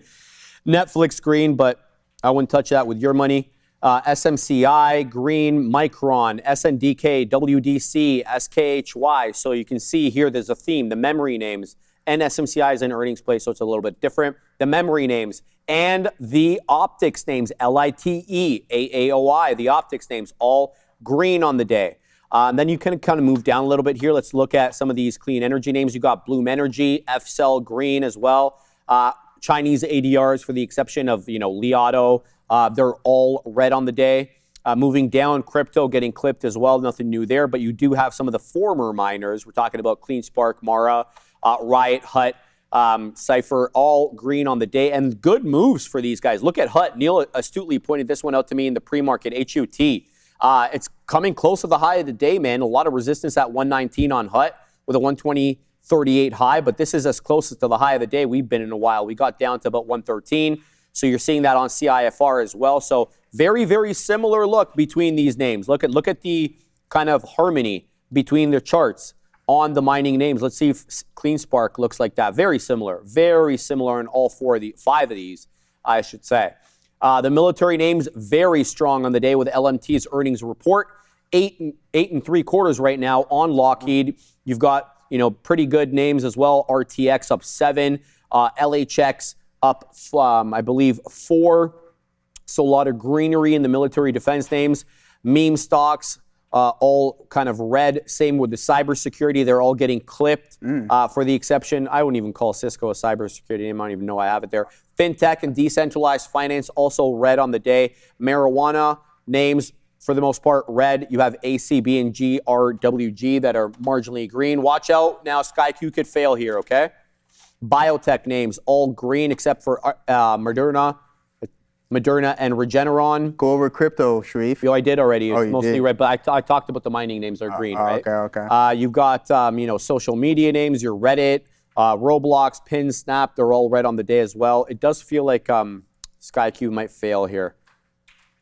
Just have to watch this for a sec, so I have to pause here because it just popped up and it got to 615 and it failed. So look how I didn't get that print on the top right of your screen.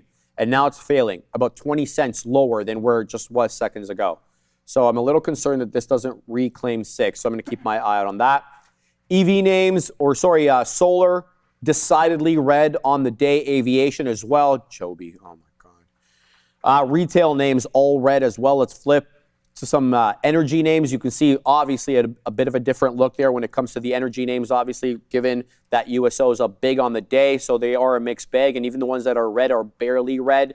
Airlines, all red on the day. You're seeing big red. American, oh my days. Americans down 10, 9 1/3 on Americans. You're seeing LUV as well, which reported earnings down 5. You got JetBlue down 6. UAL and Delta faring a little bit better. Banking names, Joey, for the exception of Schwab, all red on the day. Likewise with your consumer defensive names, Target, Costco, Walmart, CLPG, they're all red.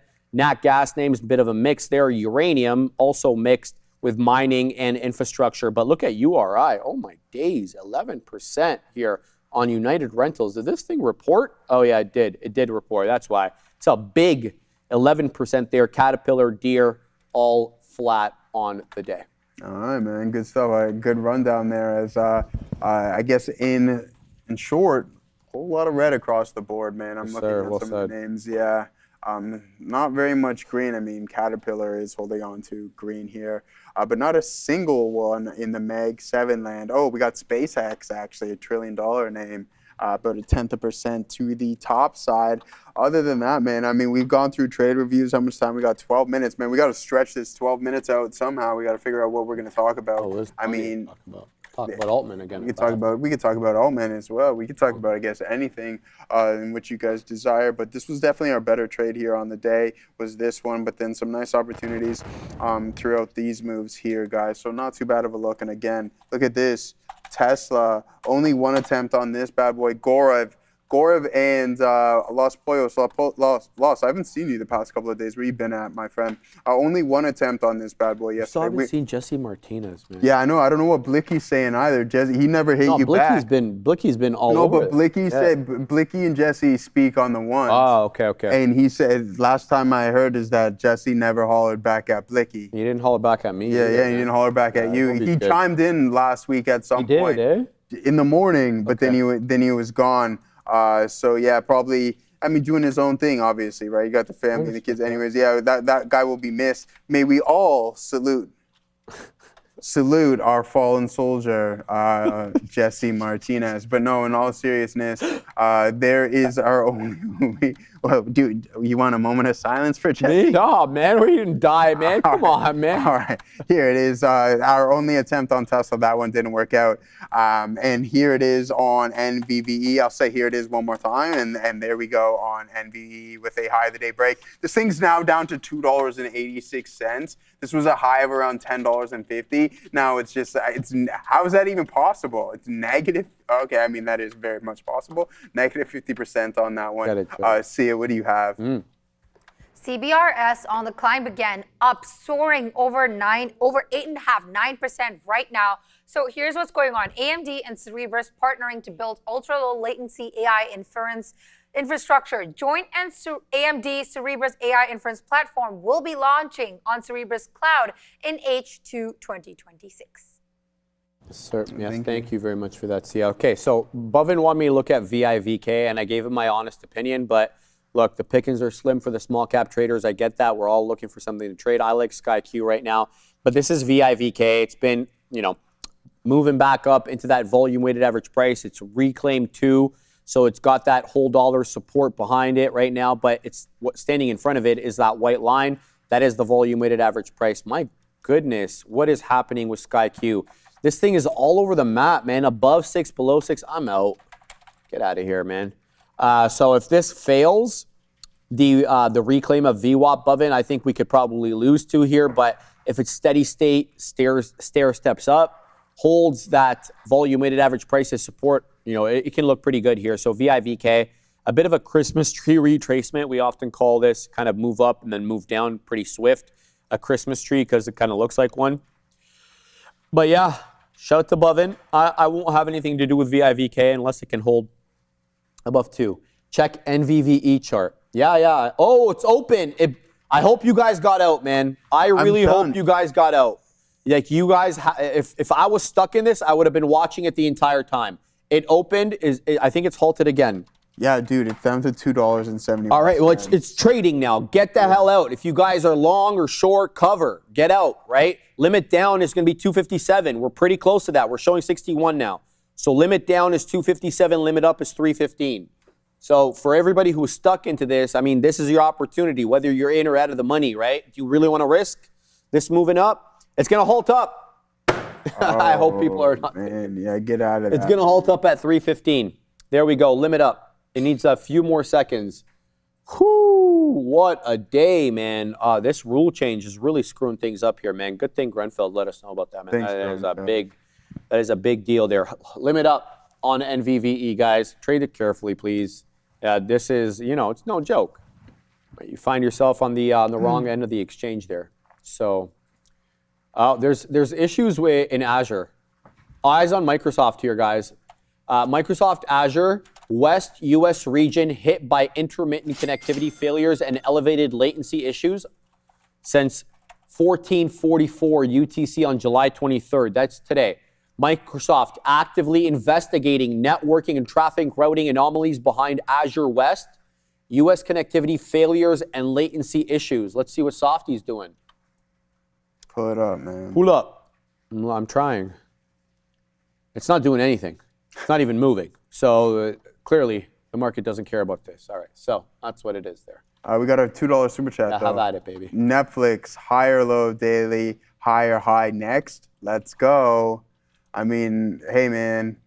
Yeah, Netflix wasn't, I think a couple of us built a thesis just based off like, hey, especially just during the whole bidding war, it was the beginning of the end, really, for, I shouldn't say that's such a push, it was just kind of crazy, but it wasn't good, right? Like, it was around the split area, they're getting involved with the bidding war, and then when they dropped out, I thought that was going to be a good opportunity for the stock to fully rebound and maybe head towards all-time highs.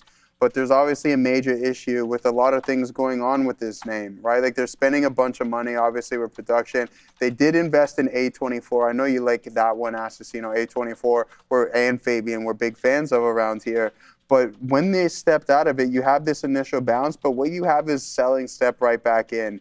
Now, when you have a broader issue, and that's with the content within a specific sector or division within your actual streaming platform, then you might run into some more issues. And I think that's the narrative here with Netflix. Now, from a subscriber standpoint, are they dropping?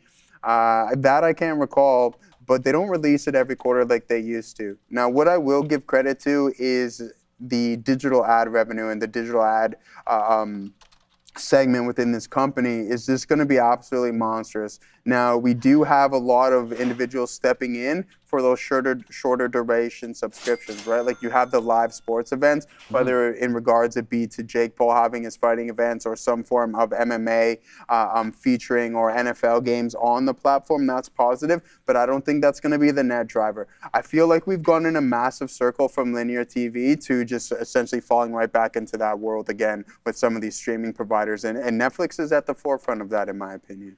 All right, Nick, you want one? SkyQ. Here it is. So this is what we look for, right? We look for the name not to immediately fail after having a good day. And I want to submit to you, Nick, since that big volume day that we had on June 22nd, what's that trend look like? You know, it's not Tesla or it's not, whatever, but it's putting in higher highs and higher lows, Nick. So if you can stomach, a little bit of volatility, that's not a bad looking upward channel there. So I think you may have some resistance here. It looks like probably between $8 to $10, but that would be my pick for today. Now it does have a tendency, obviously, to throw in some red candles there, but the general trend is the same. It's higher highs and higher lows. So shout out to Nick. Whatever you choose to do, brother. I hope you print up multiple storms on that. Whatever. Let me know how it goes. Maybe wait for SkyQ tomorrow because it had a big day today. I don't know. It's going to be really up to you. I don't think I've ever held a small cap gap overnight, right? So I'm not the right person to ask, but it has a good look here on the daily. Just flipping back all my charts to the 5 minute here. I was looking at the daily for you guys. Yeah, that's it. That's all I've got at the moment. Ozan, thanks. Sounds like that's crazy, Jose. Thanks. Sounds like my wife. No grace period, no appeals. Says, oof, that's a statement. Well, that's a statement, Joey. Take profit early, says Gorev. He's talking to you there, he's Joey. Talking to me. I talk to my guy Gorev every day, man. Let's see what he's got going on there with AMD. He was grabbing some things off of the lows, so congratulations to him on that one. We like that a whole heap there, Gorev, and I'm glad that you took advantage of it. At least one of us did, right? I think that's the whole idea of what we got going on and the systems that we kind of try to operate on. This was it. Oh, man, you dirty dog. You 25, 27 all the way up here to 37s. What an absolute monster of a trade. That was it right there, if you ask me. What was AMDL looking like? Now, this bugger right here is highly illiquid. What is going on with this, man? There has to be some form of a better leverage product because typically you don't see that. Look at the liquidity really step out of this name here. Very interesting. There it goes. A new high of the day on SkyQ almost there. Averaging in $6.12 right there. Pull back through 580. NASDAQ continuing to slide here. And what we do have is perpetual down, lower highs here on Tesla as this name is continuing to absolutely tank. Do your thing, man. Do your thing. I need OB. Is OB in here today? I need to talk to him. What are you going to talk to him about, Joey? Don't worry, man. I'll tell you later, man. Oh, boy. Oh, yeah. So, I mean, you want that? No problem. Yes. So if anybody could pass along the message or let me know. I've seen Jose and I were talking yesterday, but what I do want to pull up is the NASDAQ one more time as we're slowly starting to curl over. But this was just one of those sessions. And if you have the ability to run replay, just go back and watch Tesla all day to the tune of where it only bounces at, okay? Bye, Jody. Have a good one. Get it, Jody. Yeah, see ya. 318. Damn, bro. I said bye, but it's just my natural instincts just kicked in. What? What did I do, bro? I didn't do anything, man. I'm just over here living, but I didn't do anything, Katina, man. I don't know, man. So here it is, right? Like this is just continuous bleeding. This is continuous bleeding. Down here. Why are you fighting it so hard, though? I didn't do anything, Katina, man. I don't know what he's trying to pull me into this conversation. I have no idea. No, but you were over there trying to fight the not laughing. Me? Yeah, I seen it. Damn, bro, you got. And Neil, now you guys are laughing. What did I do, man? I didn't do anything, man. All right. No, hold on. See, okay, we'll wait. We'll wait here, man. I don't know what's going on. Sorry. Nobody does. See ya. Nobody knows, man. And that's the question of the day. Never mind what's for lunch. yeah, what's going on? It's the new segment. At the end of all right. And everyone's tired. It is. So we're supposed to get the outro. We gave him 5 yesterday. Well, bro, this is where you weren't listening to me yesterday. Well, go ahead. The outro. The outro. Yeah. It would have started 20 seconds ago. Should have. And we're gone. We should have been off 5 minutes ago. Yeah. I mean. And then we wouldn't have come back tomorrow, but it's okay, right? Like. Yeah. All right, guys. We love you all, man. Continuing to watch SkyQ here, guys. Guys, be careful with the small caps today. They are not biting. A lot of fails today on the small caps. HIMS as well just lost the volume weighted average price. So keep your eye on that. But before we head into the big boys, we're going to send it up to Sia at the big desk with news. Crazy. I'm going to send it over to the big guys as well right now, but we're going to what I want to warn you about is Oracle, ORCL, down 4.5% on the day. Today is at 52-week lows, trading around 120 right now. Sending it to the guys for the show. Oracle down